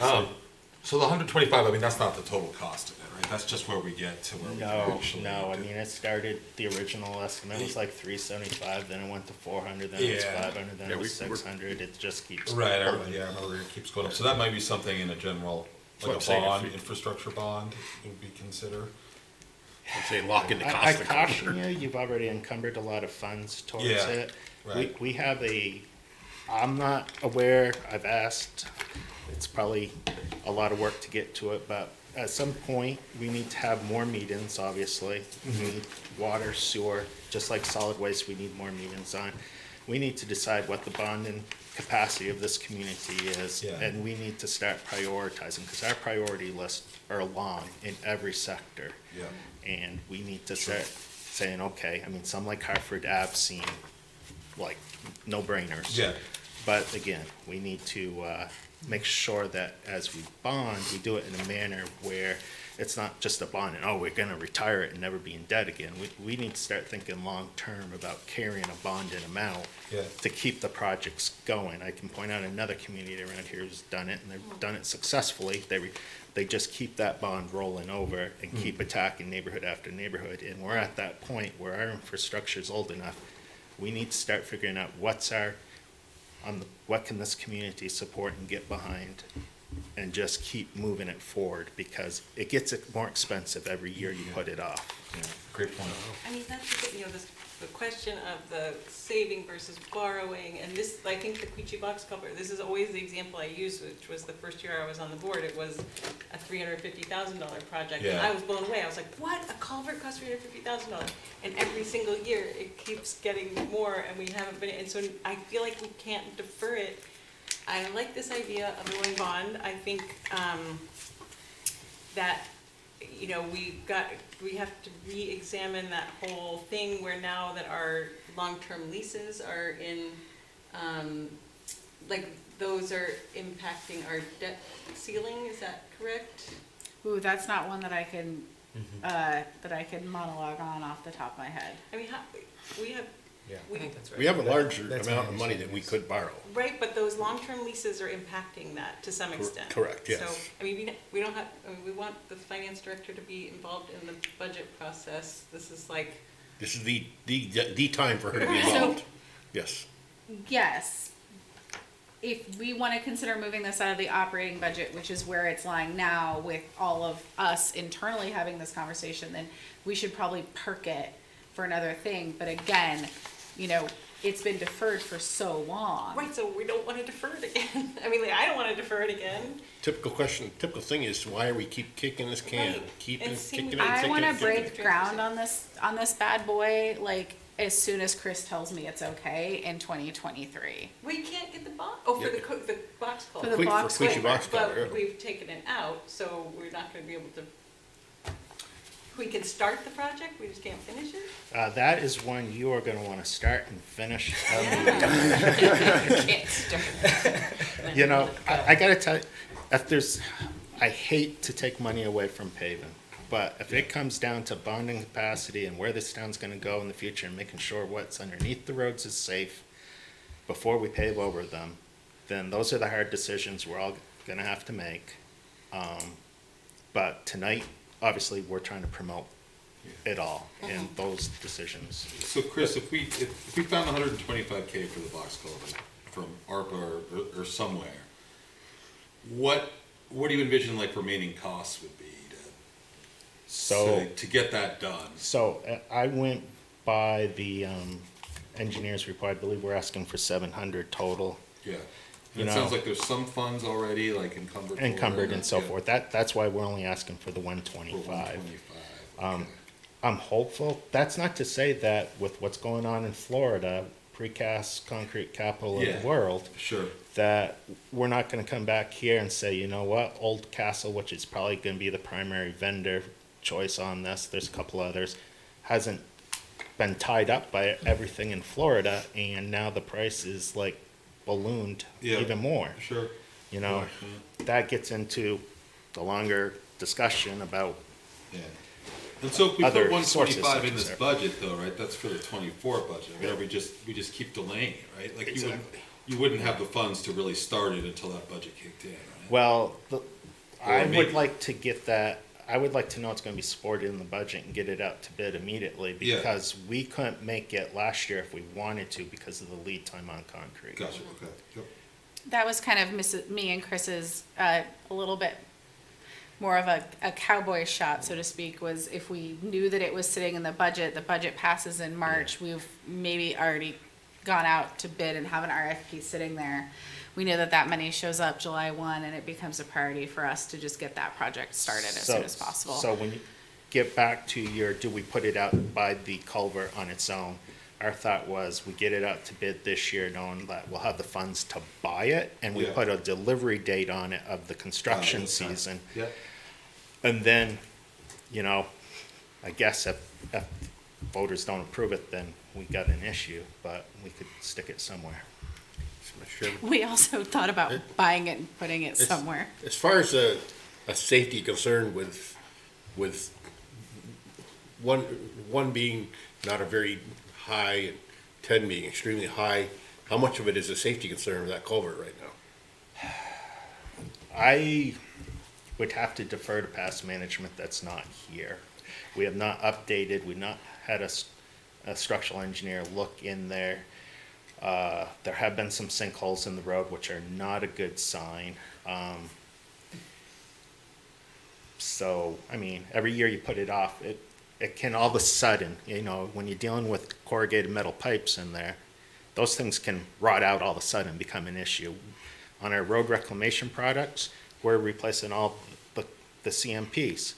A lot of the surveys we have of those CMPs say they're in great conditions. We pull them out, there's no bottom to them. So, you know. So I understand that this is being engineered for a 100-year flood, is what that That culvert's is, being. so it is, more importantly than a 100-year flood, it's being engineered for aquatic passage rules. So there's both federal and state rules that apply to that Right, crossing. but my question is that that's probably an 8-foot culvert down there right now, if I memory serves me correctly? I know you can walk through it, so I'm not sure what it is. I don't know off the top of my I head. don't know off the top of my head. But if that were to say fail in the spring of '23, okay, what is the culvert that we have on hand that we could throw in there to limp by until we can replace that? We don't have a culvert to replace that. You'd have to do multi-culverts. Okay. So what you're telling me is that in terms of priority, it's extremely high. They're all extremely high So, at this point. but as far as the safety concerned, if that fails, that's a major artery in town. Yes. So we should look at seeing if we can't do something with ARPA funds to rectify this problem and make it go away. That's where I'm coming from. And there is other infrastructure money coming, Yeah. right? I mean, this is like, yeah. We need to get on the bandwagon and figure out what we're gonna do with the ARPA funds and make a lot of these things go away that are major costing things and safety concerns. I agree that that's something, when we hit ARPA, you know, that's what we'll be figuring out. The other thing, if I may, sir, is Yeah. we were given all this stuff for CIP, okay? How much of these things that you brought before us are in the CIP stuff? Probably all of them. Most likely. So when we did the CIP list, this was our wish list. This was every capital improvement. A lot of these that may come under general operating budgets, we wanted to point out, this is everything we got that needs funding. Obviously, if it can be funded through the normal budget process and not out of a capital plan, great. But what we're telling you is there's a lot of capital projects that are competing for funding, so. The one thing that I haven't heard on this thing from anybody is the salt shed, though. And we got reports of how the salt shed was failing. The tent was Yeah. failing. We were gonna have to replace the You're salt gonna be shed. very happy to know that Rub Building was there today repairing the salt shed roof. So as we're not preventative going to have to maintenance. replace the salt shed roof, is what you're telling The me. little bit of information he gave me, and he's gonna give Chip a quote when he gets back to the office, is that he feels we have another 5 plus or minus years to that tarp. At the current rate right now, if that tarp was to be replaced, it's gonna cost between $120,000 and $160,000. Okay, what but about the he- frame? Is the The frame? frame, he had no concern with. I know visually it's not the most appearance thing, but I didn't get time enough to get into the specifics with him. We just discussed the tarp. What about Queechee? Queechee salt shed, Yeah, it's a wooden barn. We make the repairs to that as we need. is that still solid? Yeah, it needs some work, but I mean, it's nothing that's anything, I wouldn't say right now that it needs to go out and get engineered or anything with. Okay, because I always remember that being a huge thing that looked like it was looming over us, so. Okay, that's a major plus. At least one good thing. That's it, one? I was really pumped about the news on the salt shed, because I was always told we needed to fully rebuild it, and now maybe we don't, so. And I do think, like, as we talk about this, we talk about ARPA, and we actually maybe get some guidance eventually on what kind of infrastructure money is gonna come down, but it seems like there are a number of projects, right, that have been put off. It's almost like we have to get back to like zero, right, like back to a level plane and just be like, let's take all this stuff that, you know, has been kicked down the road, and do we wanna expend some of these funds that are coming to us just to get them done, so we're kind of, you know, Deferred they're maintenance is off killing our radar. And I that's agree something with you. we'll think about when we totally specifically agree. talk about ARPA, I think. Deferred maintenance is zapping us. Right? Just thinking about this culvert here with ARPA and with the budget cycle. So if we were to fund, it seems inevitable that we are gonna have to fund this in some way, shape, or form, unless there's a disaster and FEMA comes in, which would be, I think, a nightmare for everybody, right? I've dealt with FIBO before, it's a heartache. So I think realistically, and especially as being stewards of our town, we're gonna have to pay for this, whether it's sooner or later. And it seems like the two options then in front of us are either to encumber it through budgeting or through ARPA, right? But with budgeting, it would be approved in March with the budget and not available till July for bid. You might be able to put it into RFP beforehand in March once the budget gets approved. But then at which point we're talking 9 months out before the funds will be expended on this project at all, right? Versus ARPA, theoretically, with select board approval, we could pass that sooner than later. I'm just trying to clarify that these are the two options. Is that correct? Correct. Yeah, you could, we want to bring forth another ARPA infrastructure discussion beginning of November. If that was a path that the select board took, we have that money in a bank account. We Yeah. could make that authorization. I could call Chris the next morning and say, go on the RFP. Right. It's just a very interesting situation because I think a lot of the cost of goods has skyrocketed because the cash that has been distributed to a lot of communities. And I wonder, it's impossible for us to time, hopefully are these prices going to fall? We don't know. Maybe there's a hurricane, whatever. And with the infrastructure money that will hopefully be coming our way, we're not going to be the only town that has culvert needs and is going to be getting cash. So I could easily see a situation where we end up kicking the can because we're going to get cash, but now everything is twice as expensive yet again. So I'm a little bit concerned about that, and I personally am feeling Yeah, but I think like what you addressing say, this soon. you know, we've Yeah. seen what happens when things get delayed. Yeah. Sometimes you So- just gotta be like, we're not getting a better deal. Yeah. Things aren't gonna go down, let's just do it. So- Lanny, So how, currently then, how many completely shovel-ready projects do we have that have been delayed infrastructure? Delayed infrastructure, completely ready. Completely shovel-ready, So, dollar amounts. I mean, we have several, we have a couple erosion issues that we just have not had. There's been zero contractors interested in doing them through, these are grants, and we have not had the manpower. So there's two there. Those aren't anything I would use ARPA money for. North Main Street drainage, I would like to tell you that was shovel-ready, but that's a little ways off. That's a TIF project, so I don't have all the details on that. Courier Street, improving it all the way through is shovel-ready. The South Main Street, Just the extension? the extension to South Main Street is shovel-ready. 'Cause you know, I mean, like, With engineering, Oh, yeah, it's all ready to go out to bid. what's the dollar amount on that? I could, We gotta it's have some $350,000.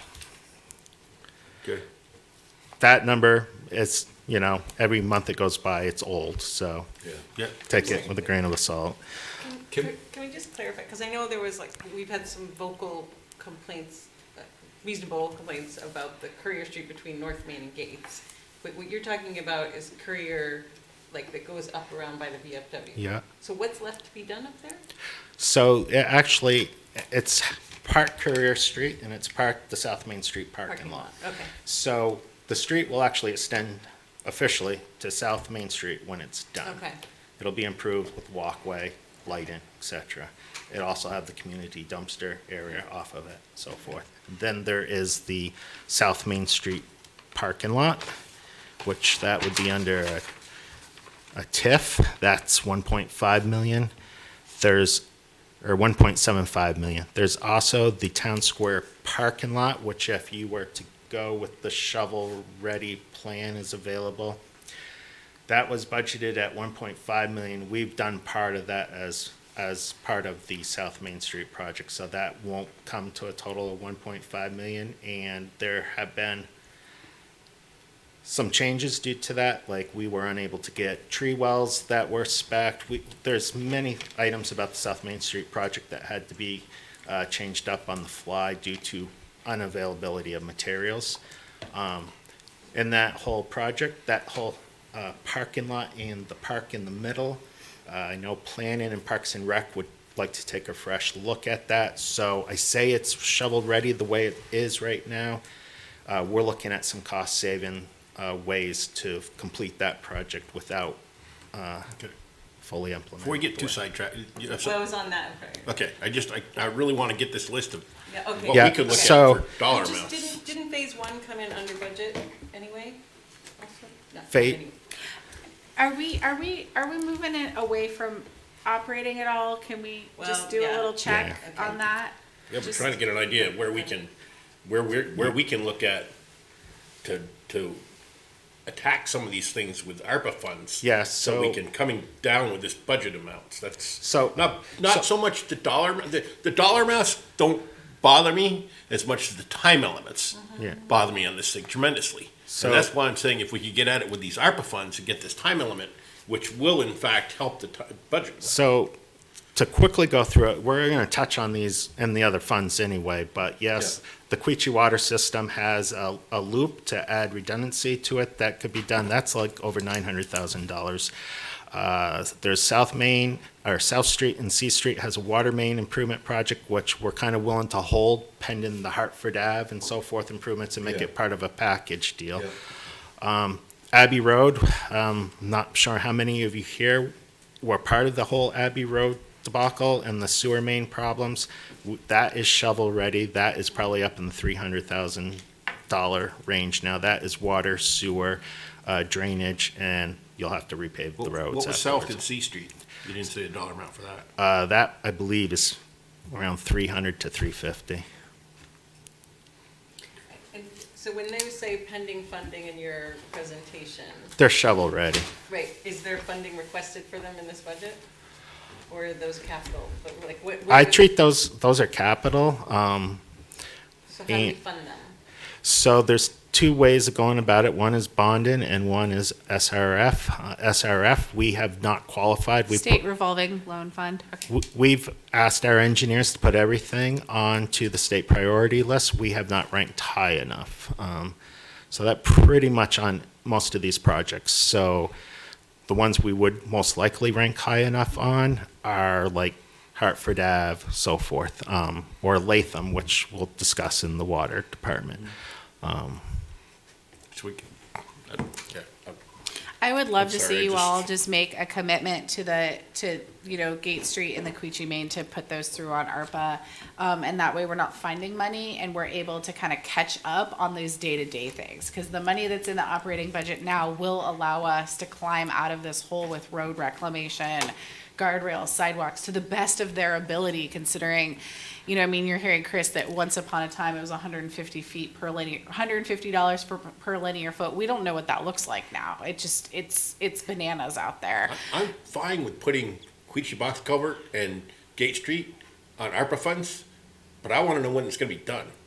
That's my biggest concern is what's the timeline on them? Because if we, put the ARPA funds towards this, I want to see progress because we haven't had progress, especially on Gate Street, forever. So, if you were to tell me you're gonna have a vote in November and you're gonna dedicate ARPA funds to these projects, we're gonna move them forward immediately and get them out to bid.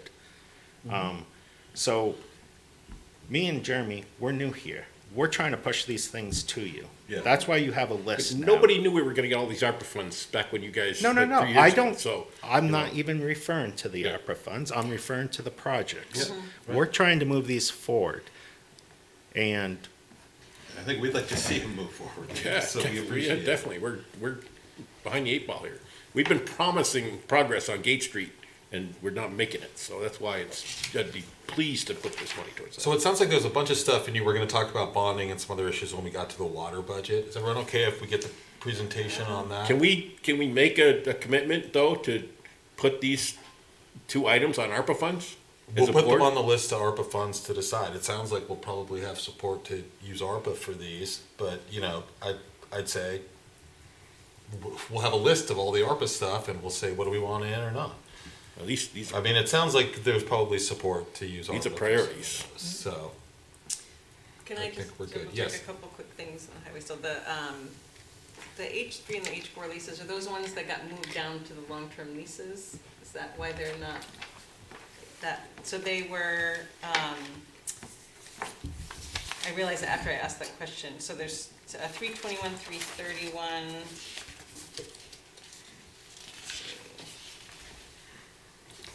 case you've Things forgotten like what this we were are talking easy. about 12 hours ago. No, so with your budget, 71,000. I missed it because I was a little nervous on where it was going. And so I thought it was in one line item and it wasn't. And then obviously we're putting the presentation together and I realized it wasn't in there, so. Oh, okay, but It so is. that's not gonna be on the long-term lease plan, so we need to add that in, Correct. that's not optional. But there's H4, oh, that's 2018. Age 4 is paid for. Okay. Let's see. Okay, so that is been added back, okay. And then I have some small ones, I can. Yeah, so basically there was that question about, with the projects described as pending funding, that could we consider those shovel-ready? Who is responsible for seeking supplemental funding sources for those projects? So like, if there is infrastructure money, is it Public Works, is it town manager? Like, who's finding those funds if there are supplemental funds beyond ARPA? Or even grant other state? things? Yeah, we don't have a dedicated grant finder. Chris keeps up on the newsletters. Jeremy keeps up on the newsletters as much as they can. I do too. Dana's actually been really great. Dana Clausen keeps up on the newsletters and the notices of funding opportunities. And the RPC, or the Regional Planning Commission, is also pushing out opportunities for us. But we don't have anyone dedicated to like manage this giant pile of possible money. We're just staying in contact with our contacts in other organizations. Kate Buckley from VLCT is a grant-funded 2-year position just for federal funding for towns and cities. So she's a great resource too. She pushes out things. This might be of interest. This looks to be something you qualify for. And that's how we're managing the fire hose of all these different funding opportunities, because some of them are frankly not for us. They're for significantly larger municipalities. So we're really relying on those people who are doing that filtering for us to find those. But yeah, it's kind of a, hey, did you see this? Hey, did you see this? Let's sit down and talk about it for 15 minutes and see if it works for us. Okay, and that, all right, I guess we can go on to, I mean, God knows, I mean, just solid waste is gonna take us a while.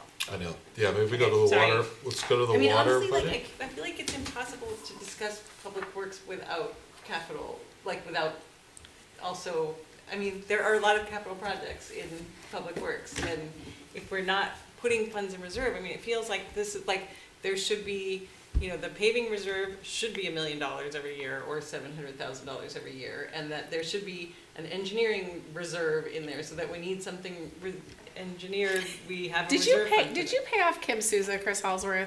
This No. is your dream right here, is So an no, engineering reserve I and will, I will remind you all that I've only been here since 2019. Kim's my 5th town manager. I'm Tracy. I'm sorry, Kim. Kim, sorry, didn't mean to promote you. Kim's really the town manager. I did not get him to do that either. So- He doesn't even know my name, you guys. My He 5th just town calls me, manager. hey, A you. lot of things were like, especially within terms like, the next person can deal with that. The next, I can't sign off on that because that's partway through the project. It's got to wait for the next. So there's been a lot of pushing the can down the road.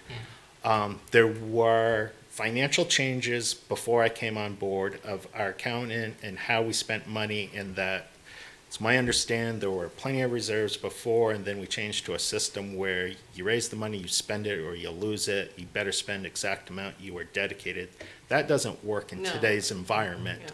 It's very difficult, especially when we start on July 1st and the rest of the world in the free marketplace didn't wait till July 1st, to have their money available.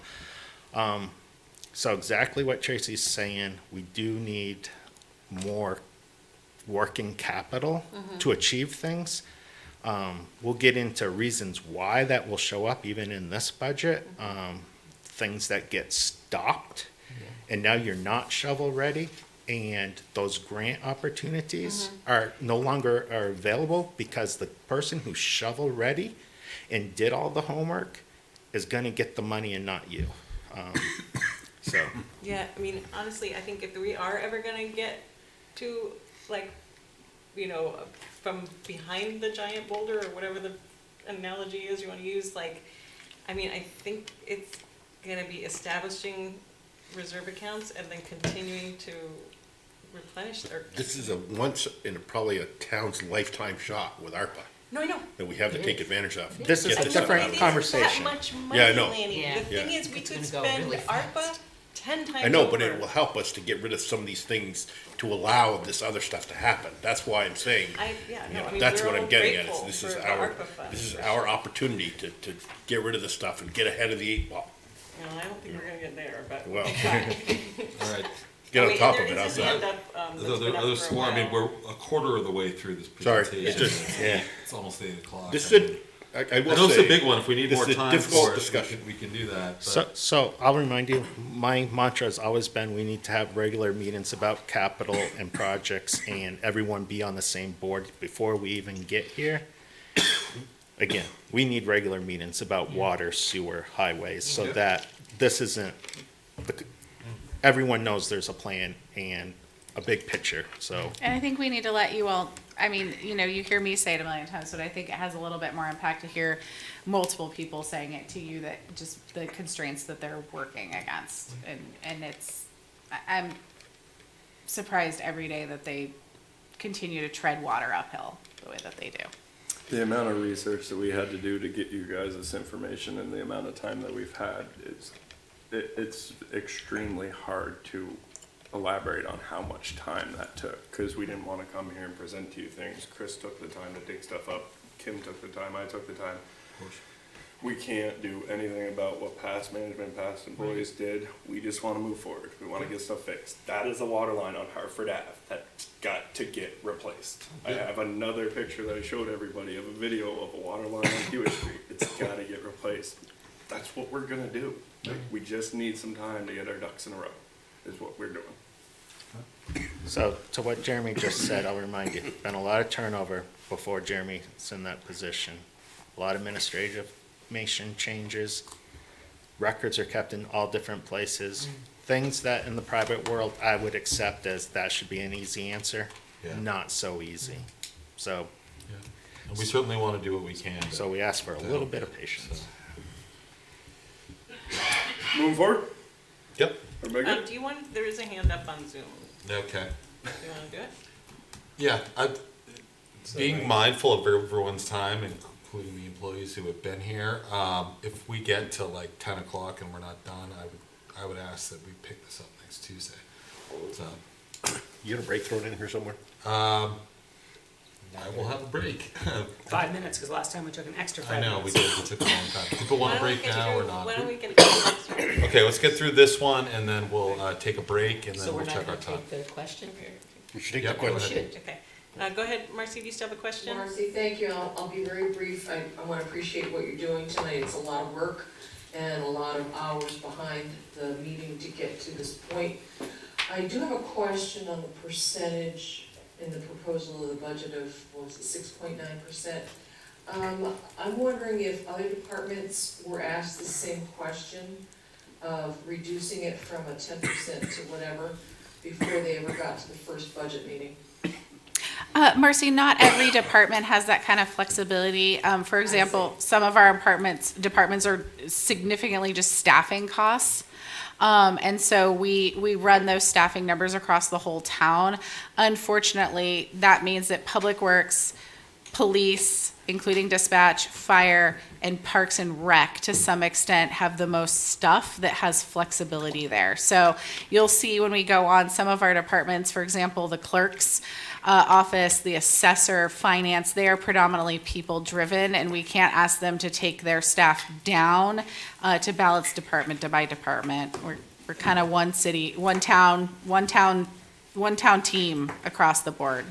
No, I understand that. I know though that Public Works, as Jeremy and Mr. Holsworth have been saying, and you've all, some of you have used the term kicking this can down the road.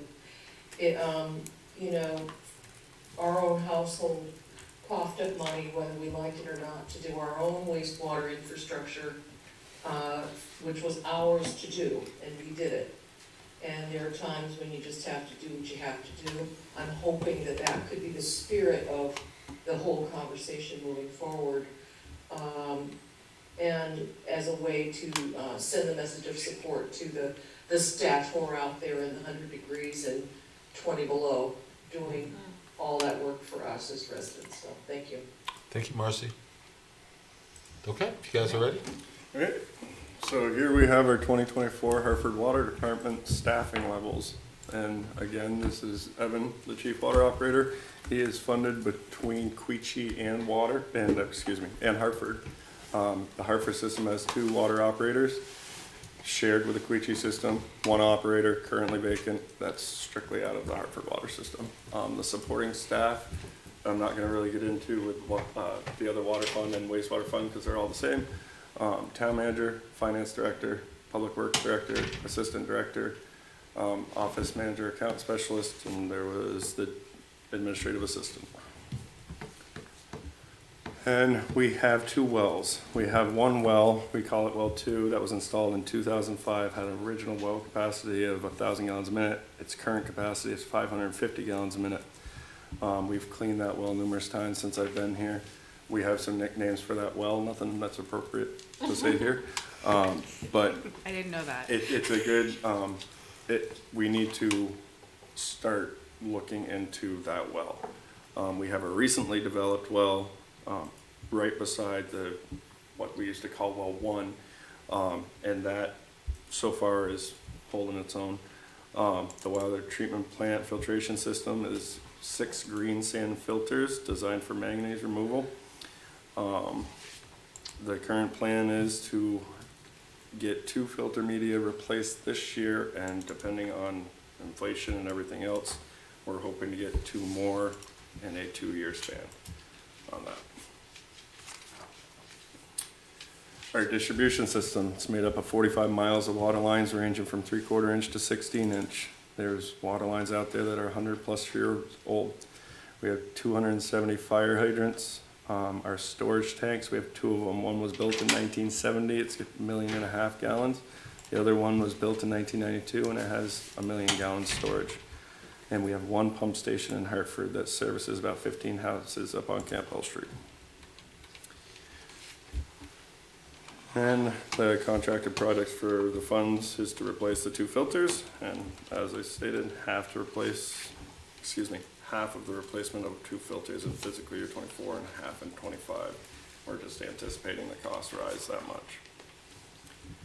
And I will let Chris All right. go again. So again, keeping in the format that was previously submitted to you, project updates, Sykes Mountain Ave roundabout. We've done some water main replacements in there that were completed last fall. The Town TIF project, again, we've completed the South Main Street, North Main Street to Courier Street, and Gate Street to Church Street replacements, so that's been good. The Gate Street Hill and Fairview Terrace extension. This improvement is we're proposing to relocate the water main that goes down Gate Street Hill and upgrade the water main on Fairview Terrace extension, which is undersized, poor for fire protection in their rather large historic homes up there, so we would like to have proper fire protection up there. That one is fully designed, permitted, construction ready. It's pending funding. That would be a great ARPA project. If we get rid of that main, much like Ravenswood Terrace, if that was to blow out, that would be your #1 culprit to take out the retaining walls. I was hoping we'd have ARPA conversations really early this year and that this would already be under construction, but maybe next spring if we can come to an agreement. South and James Street, these are undersized lines. The neighborhood as a whole has some more undersized lines beyond this project that we were hoping to replace, but as you've seen in our water system personnel list, we have 1 very experienced operator and 2 newbies. We don't have the manpower to do that in-house. Funding of that, yes, it could be ARPA, or it could be part of a larger project for Hartford Ave, Gillette Street, Norwich Ave, as a package deal down there. And that may be the bigger bang for the buck, because sometimes a larger project will have a scale of economy, but that would be at the end of the upper list for me, not at the beginning.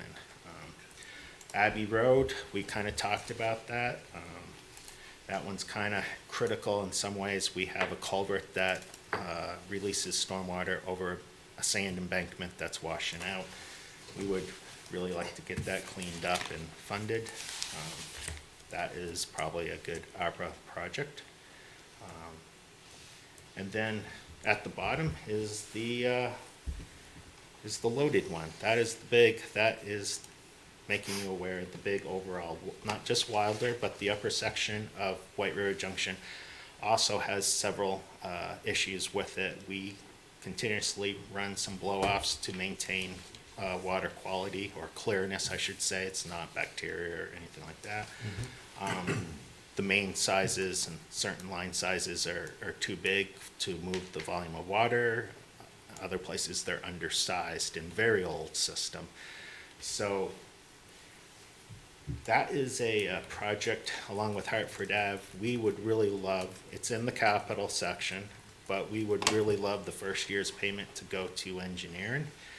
And two-part for engineering for White River is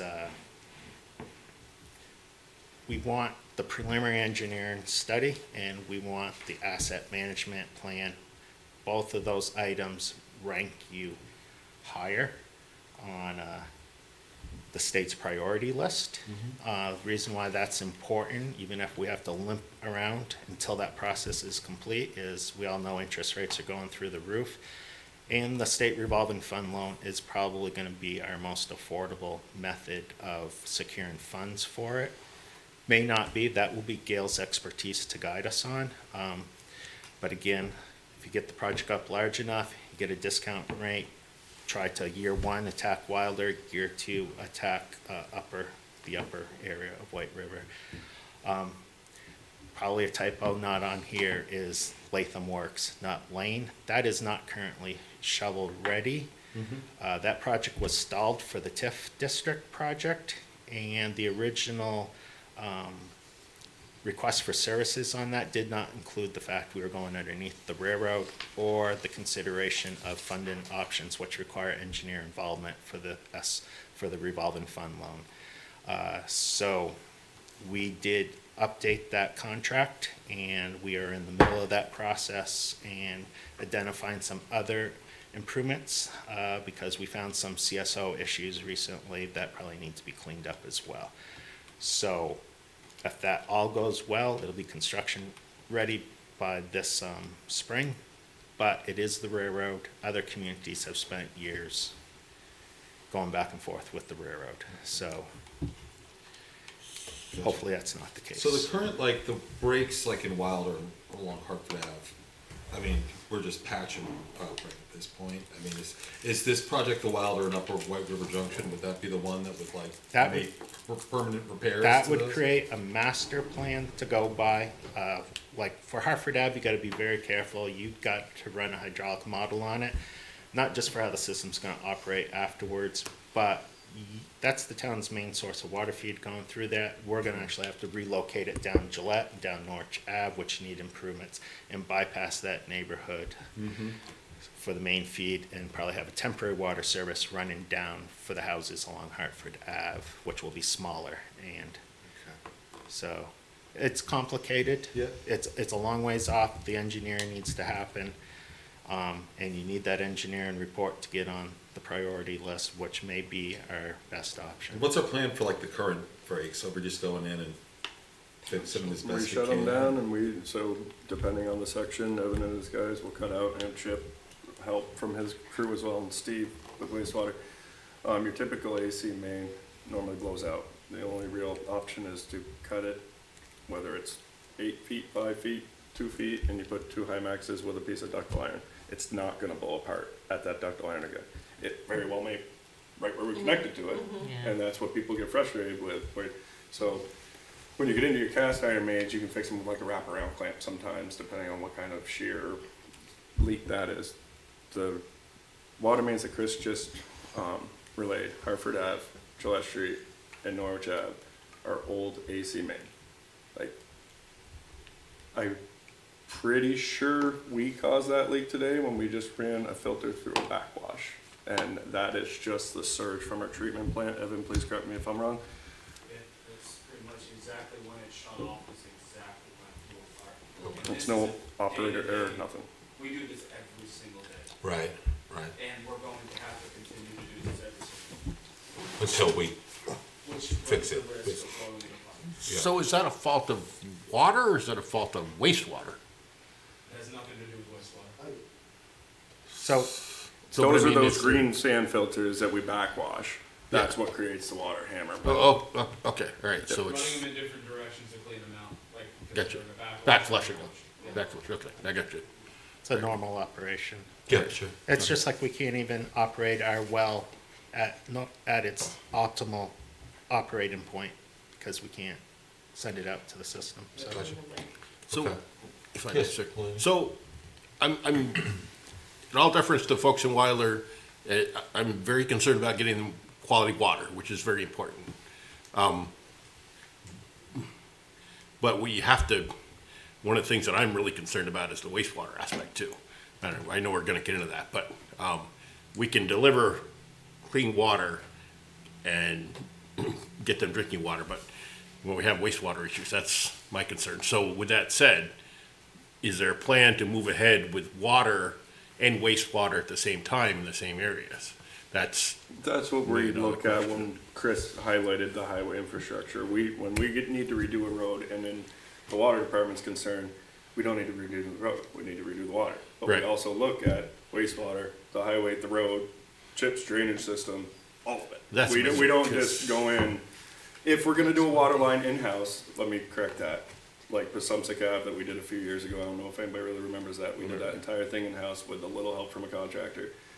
That was 2,500 feet or something like that, an 8-inch main. No, we did not research the sewer main, we did not do anything. That was an old transite main that just continues to blow. So we're trying to, as a whole, work from the ground up, and you're done. There's a lot of water lines in Wilder that did get replaced in 2009 that are off of Hartford Ave. So we're in okay shape there. We need to get that main run down through there. Nobody wants to touch it. There's concrete under the road. You have so many services going in, out, which other ways, and so we just want you guys to be aware that, yes, that is our intent. the reason why I asked the question is that I hate to see our construction on water mains contributing to problems with the wastewater system.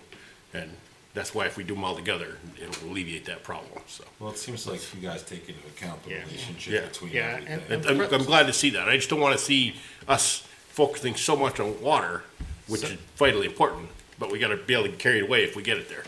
So for the most part, the water supply system doesn't really contribute to the wastewater issues. The wastewater issues are mostly infiltration to the system and roof drains that are illegally connected to the system. That's our biggest culprits on our capacity and so forth.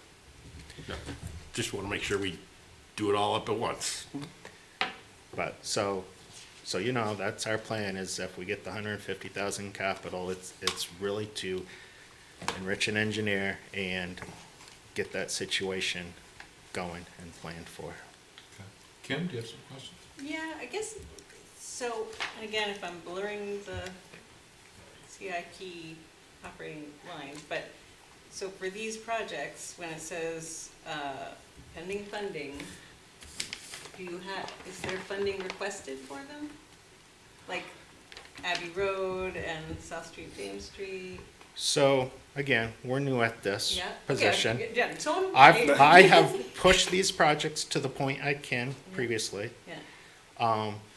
This is the beginning of our push, and we're gonna need the assistance of finance to tell us, you're better off with a bond, you're better off with a revolving fund loan. And of course, we look for grants. I didn't tell you, but I'm researching for our class 2 highways, $125,000 grant for paving for next year.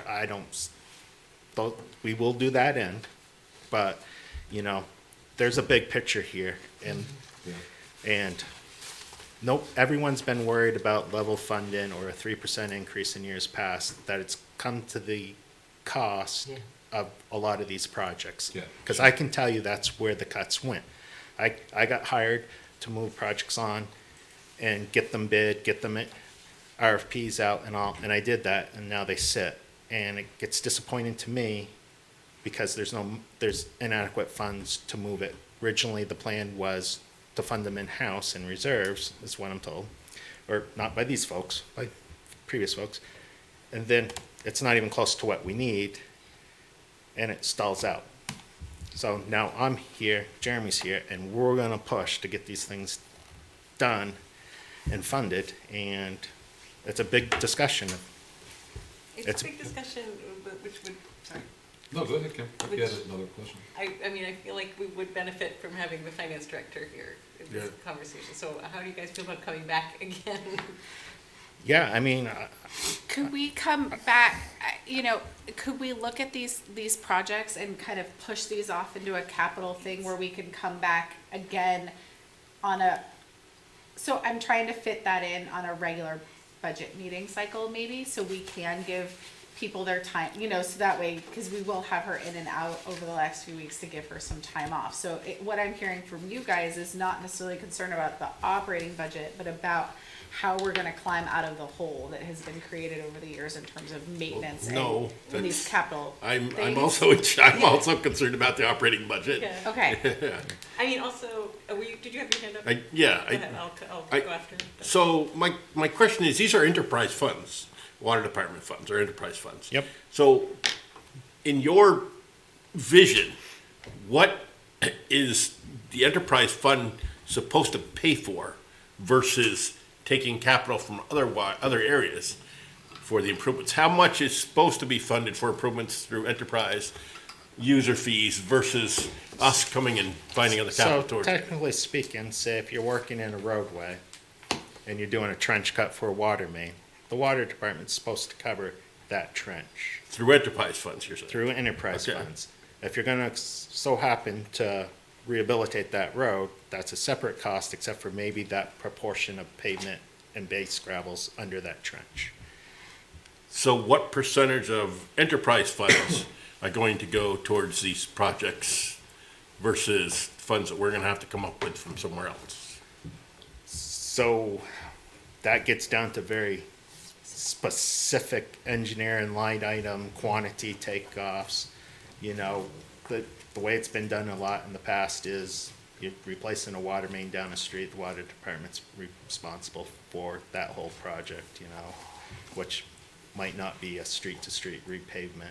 And as a result of that, how much are our users' fees going to be adjusted for the increase in flow or the increased capacity, or are we going to adjust user fees? Well, that gets down to your finance department, working with your finance department. What, are you bonding? Are you taking out a loan? How much are you carrying each year, and you adjust your rates accordingly to cover it. Well, that's why I say I'd like to see a dollar amount the enterprise is gonna fund versus the funds that we have to come up with. Because, Remember those, Yeah. fees aren't taxes. I The know, they're fee's not just taxes. supposed to represent the cost of like getting the water to you. It's not there to Right. fund like a big but, infrastructure but, project. but maintenance, that's typical So- maintenance is supposed So to if be. you take, for instance, the big project here, we're talking about Hartford Ave, right? Well, that's in a state highway, so for the most part, and it's trenches on side streets, right? A lot of those streets are in fairly good condition. That's gonna be 100% water department. A construction estimate, somewhere between $6 and $10 million right now, right? We don't have engineered plans and methodologies determined. I mean, means and methods determines a lot of cost, and that gets into the fine tuning of engineering. So how are we gonna borrow that money? I don't know. So until we have further communications with finance about what's our bonding capacity, how much are we willing to chew off at any given bond cycle or loan cycle, I can't answer your question. I'm with Kim, we need to have the finance director here, so. I mean, I think we expressed that. okay. I didn't, I try to find a balance for, Jeremy's going on 14 hours, so I try to find a balance for the staff, and I'm sorry if that was explicitly asked to have her come in for this one, and I missed that For, one. I mean, For all of I think it. for the whole budget process, that was Okay, let me, something- let me, cool, okay. I thought that was explicit, maybe. It was explicit. okay. Um, Seeing some blank faces and some nods, so, Did you have more questions, Kim, or? Yeah, Okay, go ahead. this new paperwork we just got, I'm curious about starting at line, 59, 54, 331, and going down to the distribution subtotal, like, this is one on this new sheet we have, say even starting at,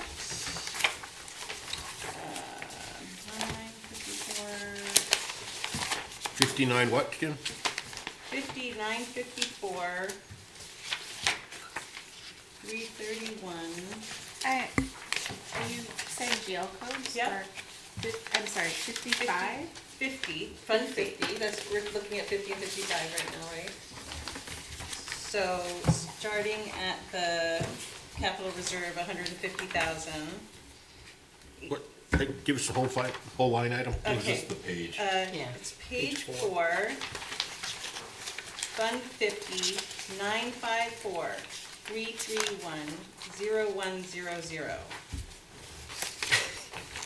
See it? Top line. 150,000?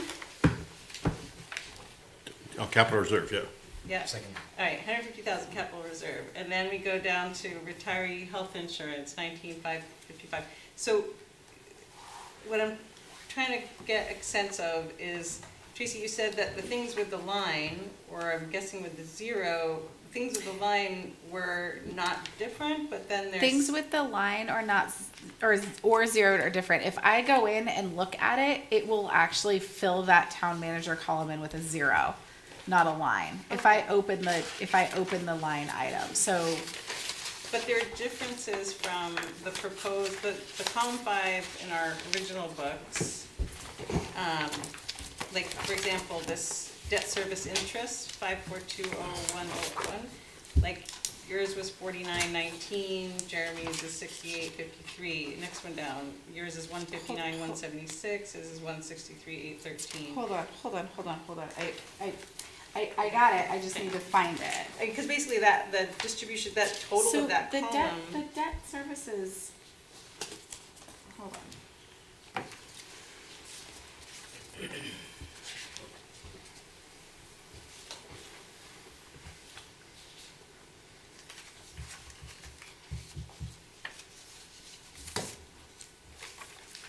So I'm comparing the original book, column 5, with this new handout, column 4. What original book number, page number, Kim? please? 4 of the Fund 50. Okay, thank you. I don't put those in, I think Gail puts those in, and I don't know if she changed them or not. So that column 5 of town manager, like, do you see all those differences there? There's like, for example, The debt services interest, which is at 954,542,0100 debt service interest. When we printed this on the 30th, it says $4,919.99, and this one has a total of almost 7,000, so 6,800. next one down is also different, next one Go down. over here. I don't do debt services, so I'd have to find out for you as to why these changed. Yeah, yeah, they're all here. Yeah, Okay. it's, Okay. Can I ask a clarifying question? So the town manager column isn't necessarily just you that's changing that information, it could be other people? So we're looking actually at the department head column on both of those options. No, I'm looking at the town manager column. that's what I'm looking at too. Because you see where the bottom line, like when you, in your column, I mean that, I guess the 42 is just your differences, is that what you're suggesting? No, that It's should be a kind of hard total, to understand.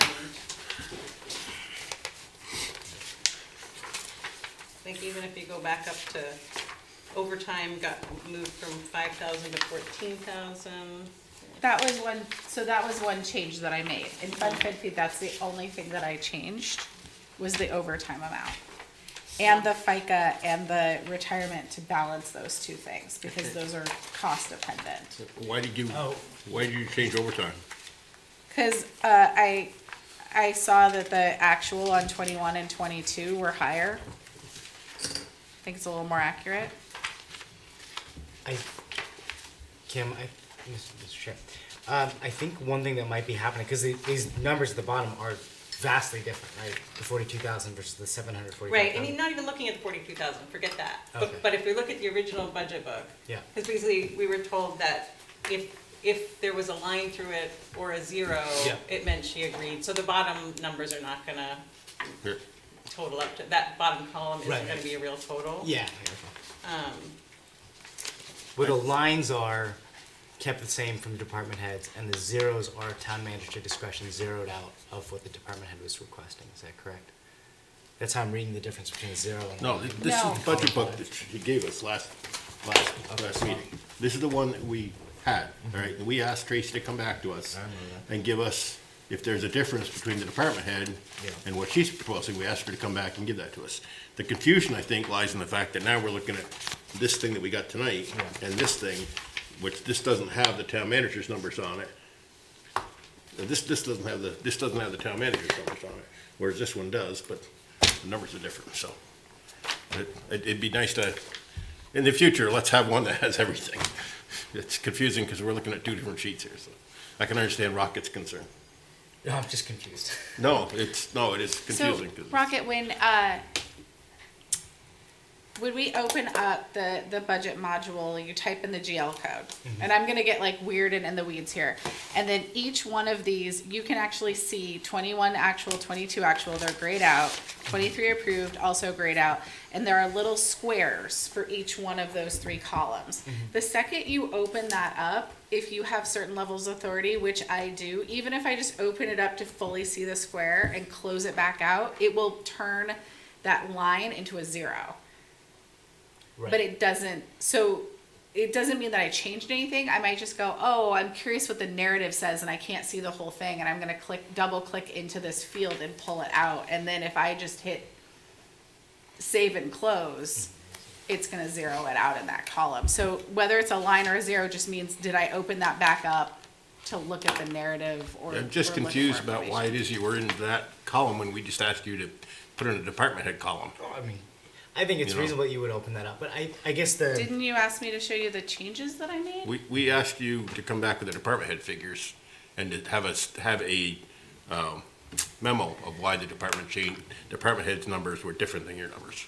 I'm sorry, I thought that we agreed that we were just going to Look at the difference. put the difference on the spreadsheet. I guess the question is, and Kim, With is the memo. this getting the heart at your question here, which is that, so, Tracy, I understand that if you open the app and then you don't fill something, it's gonna record it as, oh, you wanted nothing in there, so it would put autofill as zero, so I get that.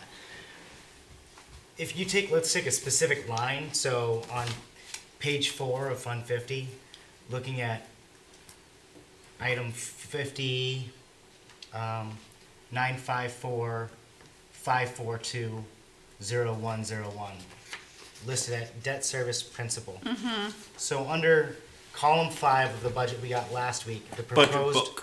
The budget book that we were given last week, the proposed amount is $159,000 and change.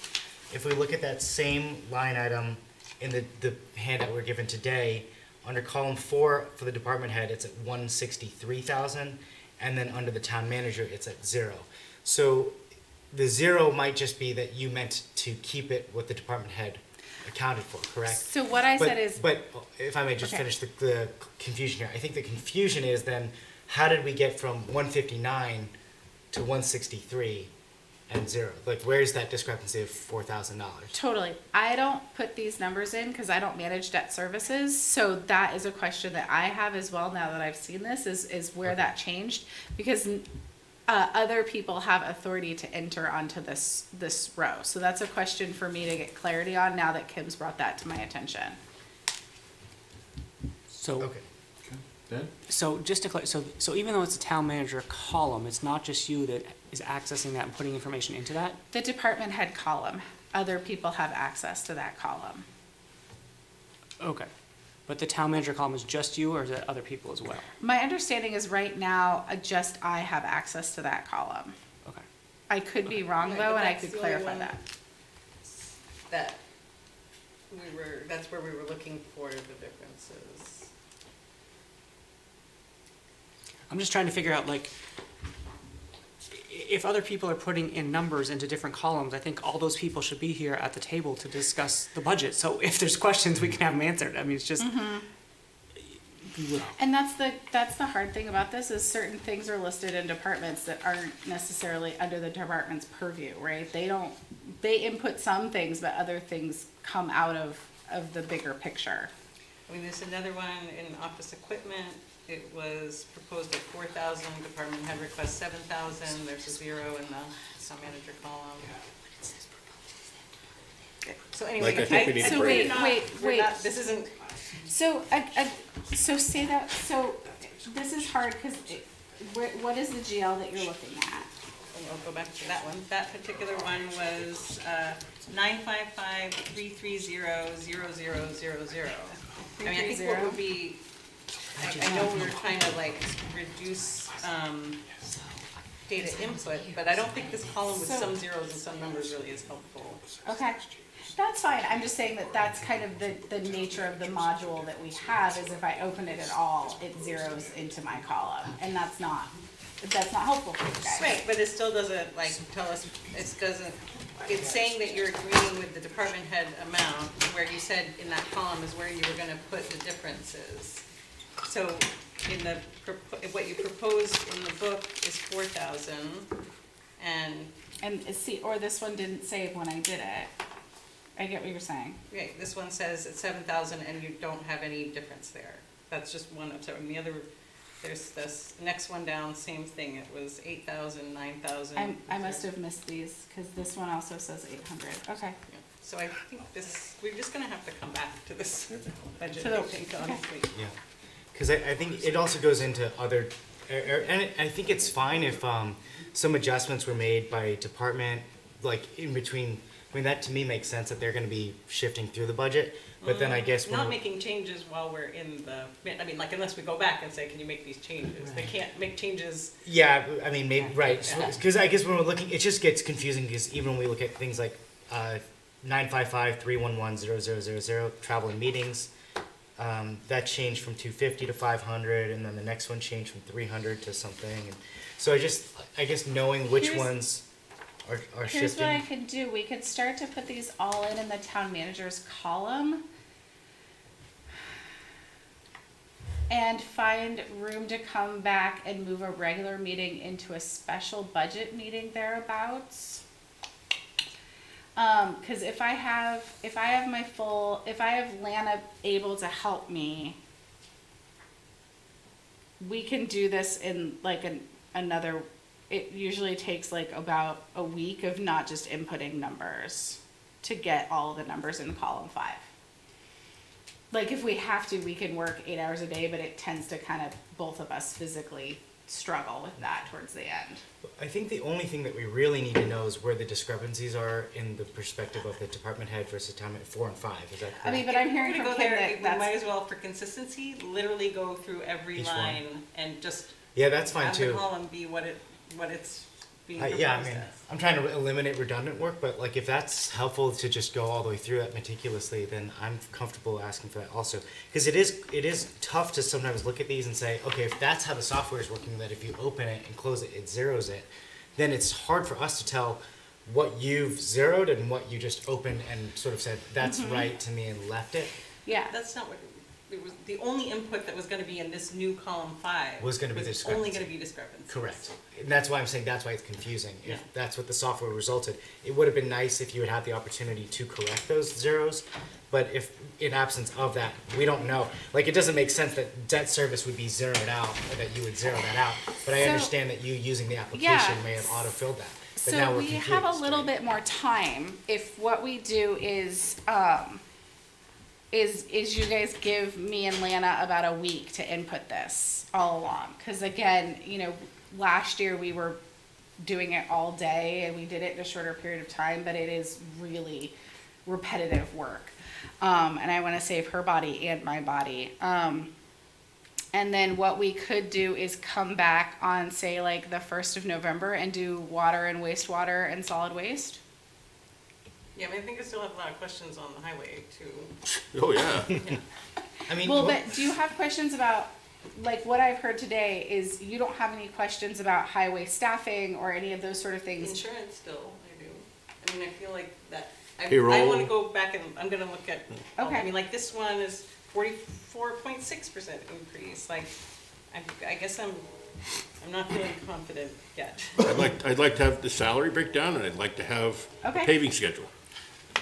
Tracy, does this program allow you to duplicate the column and then you can manually change the line items where you have a discrepancy? No, that's my understanding is it does not. So you would have to, that's why you have to do each line. It's a lot on of its own? Nike. Dan? What I'm hearing is there's a lot of things that sort of need to be adjusted or corrected here, and it might not make sense to continue on with this until we have the information updated. Is that what you're saying? So That's I what know- I'm saying so- is we can work together when I speak with you all tomorrow to find a regular meeting to possibly just do what we need to do in terms of the consent agenda and break that apart to find that spot in a regular meeting. Because I think all of us are feeling a little confused that there are too many moving parts here, and we're not quite sure what things are to be able to make a clear decision as And to that would give me what we need. time to put these in before we come see police and fire in 2 weeks. So just, so we're all on the same path. What are you going to deliver to this board before we meet? Here's what I'm hearing that you would like, which is the paving plan. But I want to clarify that because what Chris has said is the paving plan is from 2018 and it was completely abandoned almost immediately. So do you want just that document from 4 years ago, 4 years ago? Certainly, we have an updated paving plan. I mean, just 2022, certainly we have an updated paving plan, do we not? Well, Lanny, just to give you an idea, and Chris can justify this 2018 paving plan, I believe you guys all remember how horrible Jericho Street was. Yeah. That was like 2025. This plan said that we were gonna work on that. Okay, so give us whatever you have for a paving plan. That's one thing. Our paving Yeah. plan, as of 2024, provided the funding, inflation, all of that All right. is Dothan and Jericho reclamation. I'd like to see the paving plan. I'd also like to see the org chart with a salary breakdown For the vacancies? Or for all? for everything. For the vacancies. I'm gonna need you guys to come to an agreement of whether For you want the everything. vacancies or I everybody. would say put in the vacancies, because that's our salary savings. Yeah. People wanna look up any employee's salary, they can do that. As a select board member, why are we not getting a salary breakdown? It just doesn't matter. We don't, it's not Yes, it does information. matter, because if we lose somebody halfway through the year, we can see where we're gonna save money from that person. Yeah, but I don't think it needs to be a constantly like updated thing. I Can think we- we just. No, I'm need to just know what asking our for it one salary time up front. savings are. Can we vote on this and then we can give I'm just asking Tracy one some time up clarity? front, Well, you know? I will say a way that we could all be satisfied, but which was not approved, was that I asked for read-only access to Munismart and was told that was not, but like, I mean, then we could just look for ourselves. That's fine. I mean, But I don't think- we as select board members should be privy to this information so that we can And know we how are. we're governing the And town. we are, but I think the most No, relevant. we're not. We're currently All right, not. guys, come on, calm down. How many, okay, we have a majority of select board members, I think, who would like to see that with just the current vacancies. Is that correct? Yes. Yes. Okay, then that's what we'll do. I'm with Tim's idea about Munispark. Okay, well, we can take that up at another time. I think what's important is if we can get a sense tonight of what we're gonna see at the next meeting, that we get any questions we have to Tracy prior to that meeting. And I'm a little concerned about the time. I would consider calling a special meeting for this, for a budget meeting, like next week. I think we can find some time possibly on the 1st of November, which is a regular meeting. I know, but that's a ways away. I mean, we'll look at the members' schedule. You said it would take you guys about a week to, We To could get the move, we numbers could in. move police and fire possibly down to the first. Let's look at some scheduling okay, we can look at tomorrow. some scheduling. I mean, I don't wanna really move people. I mean, I know sometimes we have to do stuff like come in on a Thursday night, and I don't like it any more than anyone else does. Can I just ask one but- question though? Go ahead, and then Rocket, I think that's a question. Why would we not want to be transparent? What does that mean? Why would we not want to have this information disclosed about? Look, because it's just irrelevant to what we're looking at right now. We're It's looking not at the irrelevant. salary savings from the vacancies. It's not irrelevant. All right, Lanny, the board decided how it wants to go, okay? Like I said, Rocket? just. Mr. Chair, just for the point of clarification for next meeting, I do have to say, I want to express my own opinion here, which is a little frustrating that we've all sat here and then are now going to have to push to another meeting. Yep. And I think that frustration is probably shared across this room. I do want to thank the staff for coming out, and I know that the DPW has put a lot of work into this. I do think that we should be explicitly clear as a board of what our expectations are for the next meeting. And Tracy, I do want to acknowledge, I understand that what you're saying about the software is that each line has to be inputted separately. All we need as a board on any given week is the specific budget that's being presented to us. So it is not that we need. Check in with everybody else on that one, 'cause Right, that's an but in this, expectation but that. my point is, in this case, the discrepancies here between column 4 and column 5 and the budget book from last week, this is like just specifically for these 3 documents that we received, this is what we really needed clarification on. So for the next meeting, whatever that topic is it police and fire, or if we do this one, special meeting in advance, we need this to be immaculate so that there aren't questions like this, because we've all gathered to do this and now we Totally. have questions. Are you all happy with only having that full column of the department though, that we're looking at? Is that what I think I'm hearing you say, is that we'll concentrate on, rather than starting at whatever the first one is, 10, 111, 101, 000, which is your salaries, working chronologically with the departments as they come in? Or do you want us to start at the top and start inputting? I mean, my I'm- personal take on it is that is your discretion as the town manager to decide how to do that. But I do know that as a select board, what we definitely need is the numbers that we are reviewing day of to be super clear about what is zeroed out versus what was line struck because you actually agreed with the department head's assessment. That lack of clarity for us tonight, I think, has been the point where we are not really able to move forward with that. And I think it would also, for myself, I've heard this expressed from other board members, I would love to have Gail in. I understand that we're asking her to work extra hours, but I do think that anyone who has touched the budget in a meaningful approval way, that Dan was saying, who has access to these different rows, like, we need to be able to ask those questions and get clear answers on that. Because otherwise, I think it puts everyone in a position where we don't even know what we're debating because we don't know the genesis of the rationale behind it. So I think that would be something that And I it- personally would love to see. It sounds like too, normally we kind of leave HR for because it's supervised by my office, but we might need to bring them into for these larger departments, because you all have a lot of benefits questions that I am conversational about, but don't have a day-to-day intimate knowledge with. Well, And is that gonna, if you feel like that's a temperature that's gonna continue, then I'm more than happy. I just wanna alert people of their calendaring, if you think that would be helpful when we go into like police and fire in 2 weeks. Well, certainly the salaries, the increases in the healthcare costs and everything like that it's quite a large increase. So Okay. to the extent someone who is expert in those areas can answer our questions, I think that would make sense. right, Kim? and I think we'll get to, I didn't come up with this question in Public Works because the salaries didn't increase, they actually decreased a little bit to the most extent. So I think where the questions where I would have about breakdown of individual salaries is when we are looking at salary increases. Like if there are increases, I kind of want to know what percentage is for what purpose and what, what's the rationale behind it. So, so I'll just share that would be something that, I'm gonna want to know if there's a X amount, if salaries were this amount for 2023 approved, and this year they're like 16% higher, I'm gonna want to get some background on that. Rocket? On the note of salaries, I am curious to know about salary, if there's operation budget savings through salaries. Is that because the positions are vacant and have been unfilled, and then we are deciding not to fill those? My concern with that, or I would at least would like to hear addressed from DPW, is if they feel that they're understaffed, that should it be important for us to earmark that aside in the operating budget so that there is the opportunity and the funding to fill those roles should they be able to find great candidates.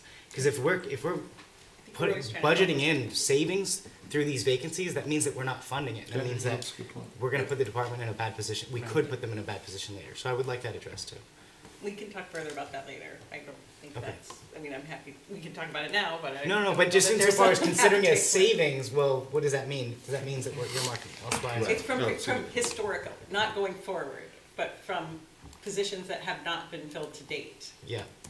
I can hear that though. I have been in municipalities where they have purposely not filled positions, knowing that it is a way for them to capture budget and not necessarily, they're not planning on filling those positions. The only ones in this budget that we're not planning on filling because we have no idea what we're gonna do with it is solid waste.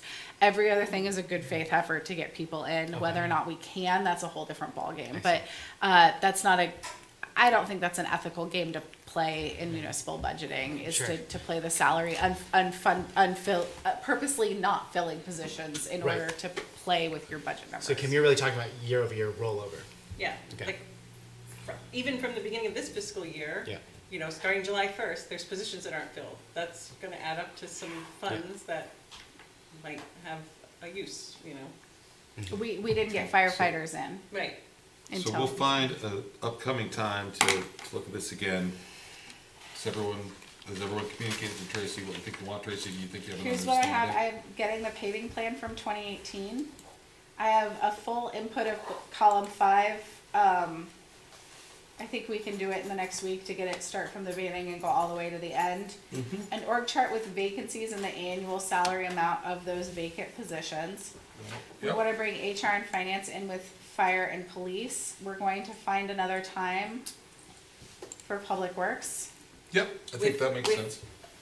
with Finance, HR and finance. Or at least just finance, if we've already heard from HR about the overall. Well, I mean, but You said, you talked about benefits and, Right, And that's gonna raising flow through all the insurance. departments. Like, I think if we hear about the insurance overall, then they don't need to come back and give us the same presentation for every department. Yeah, if there's certain drivers of like the increase, Okay. that probably applies I across will the board. check in with them and see where they lie on that.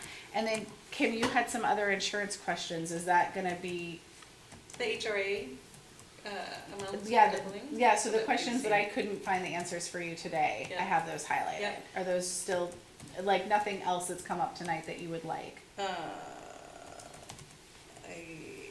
No, I mean, other than the columns being correct. Anything that how about this? Anything I haven't just said Mhm. that we haven't talked about that's come up since then?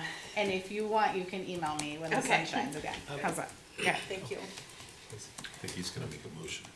Oh, are you making a motion? No, Oh, okay, Dan. I just want to, for clarity, I think it's important, like we said, and you didn't say that, so I want to reiterate. I think it's important we have finance here so that we, for any time we're talking about a budget at the meeting, so we can have that information sort of immediately if it's available, so we can move For on. things like Yeah. debt services and things like that. And I want to thank Jeremy and Chris for being here. This is, our lack of organization is no reflection on what you have presented to us, and I appreciate you for coming and doing this, both of you, for your first time. So kudos to you for doing that. I also want to have one other thing to say, which apparently was a staff appreciation program today, and somehow the select board didn't get invited till the very, very last minute. So I don't know if anyone was able to attend, but I want to let you know that there was a glitch in the system somewhere, and that's why none of us were there. It wasn't that we don't appreciate you. We there got were a two of us couple of there. last minute attendees. Thank Okay, you so good. much for moving your schedules. I know that you both have interesting schedules in life, and we're sorry that we missed you all. It was something that the group that was putting I it just want together staff and to know that we didn't- weren't,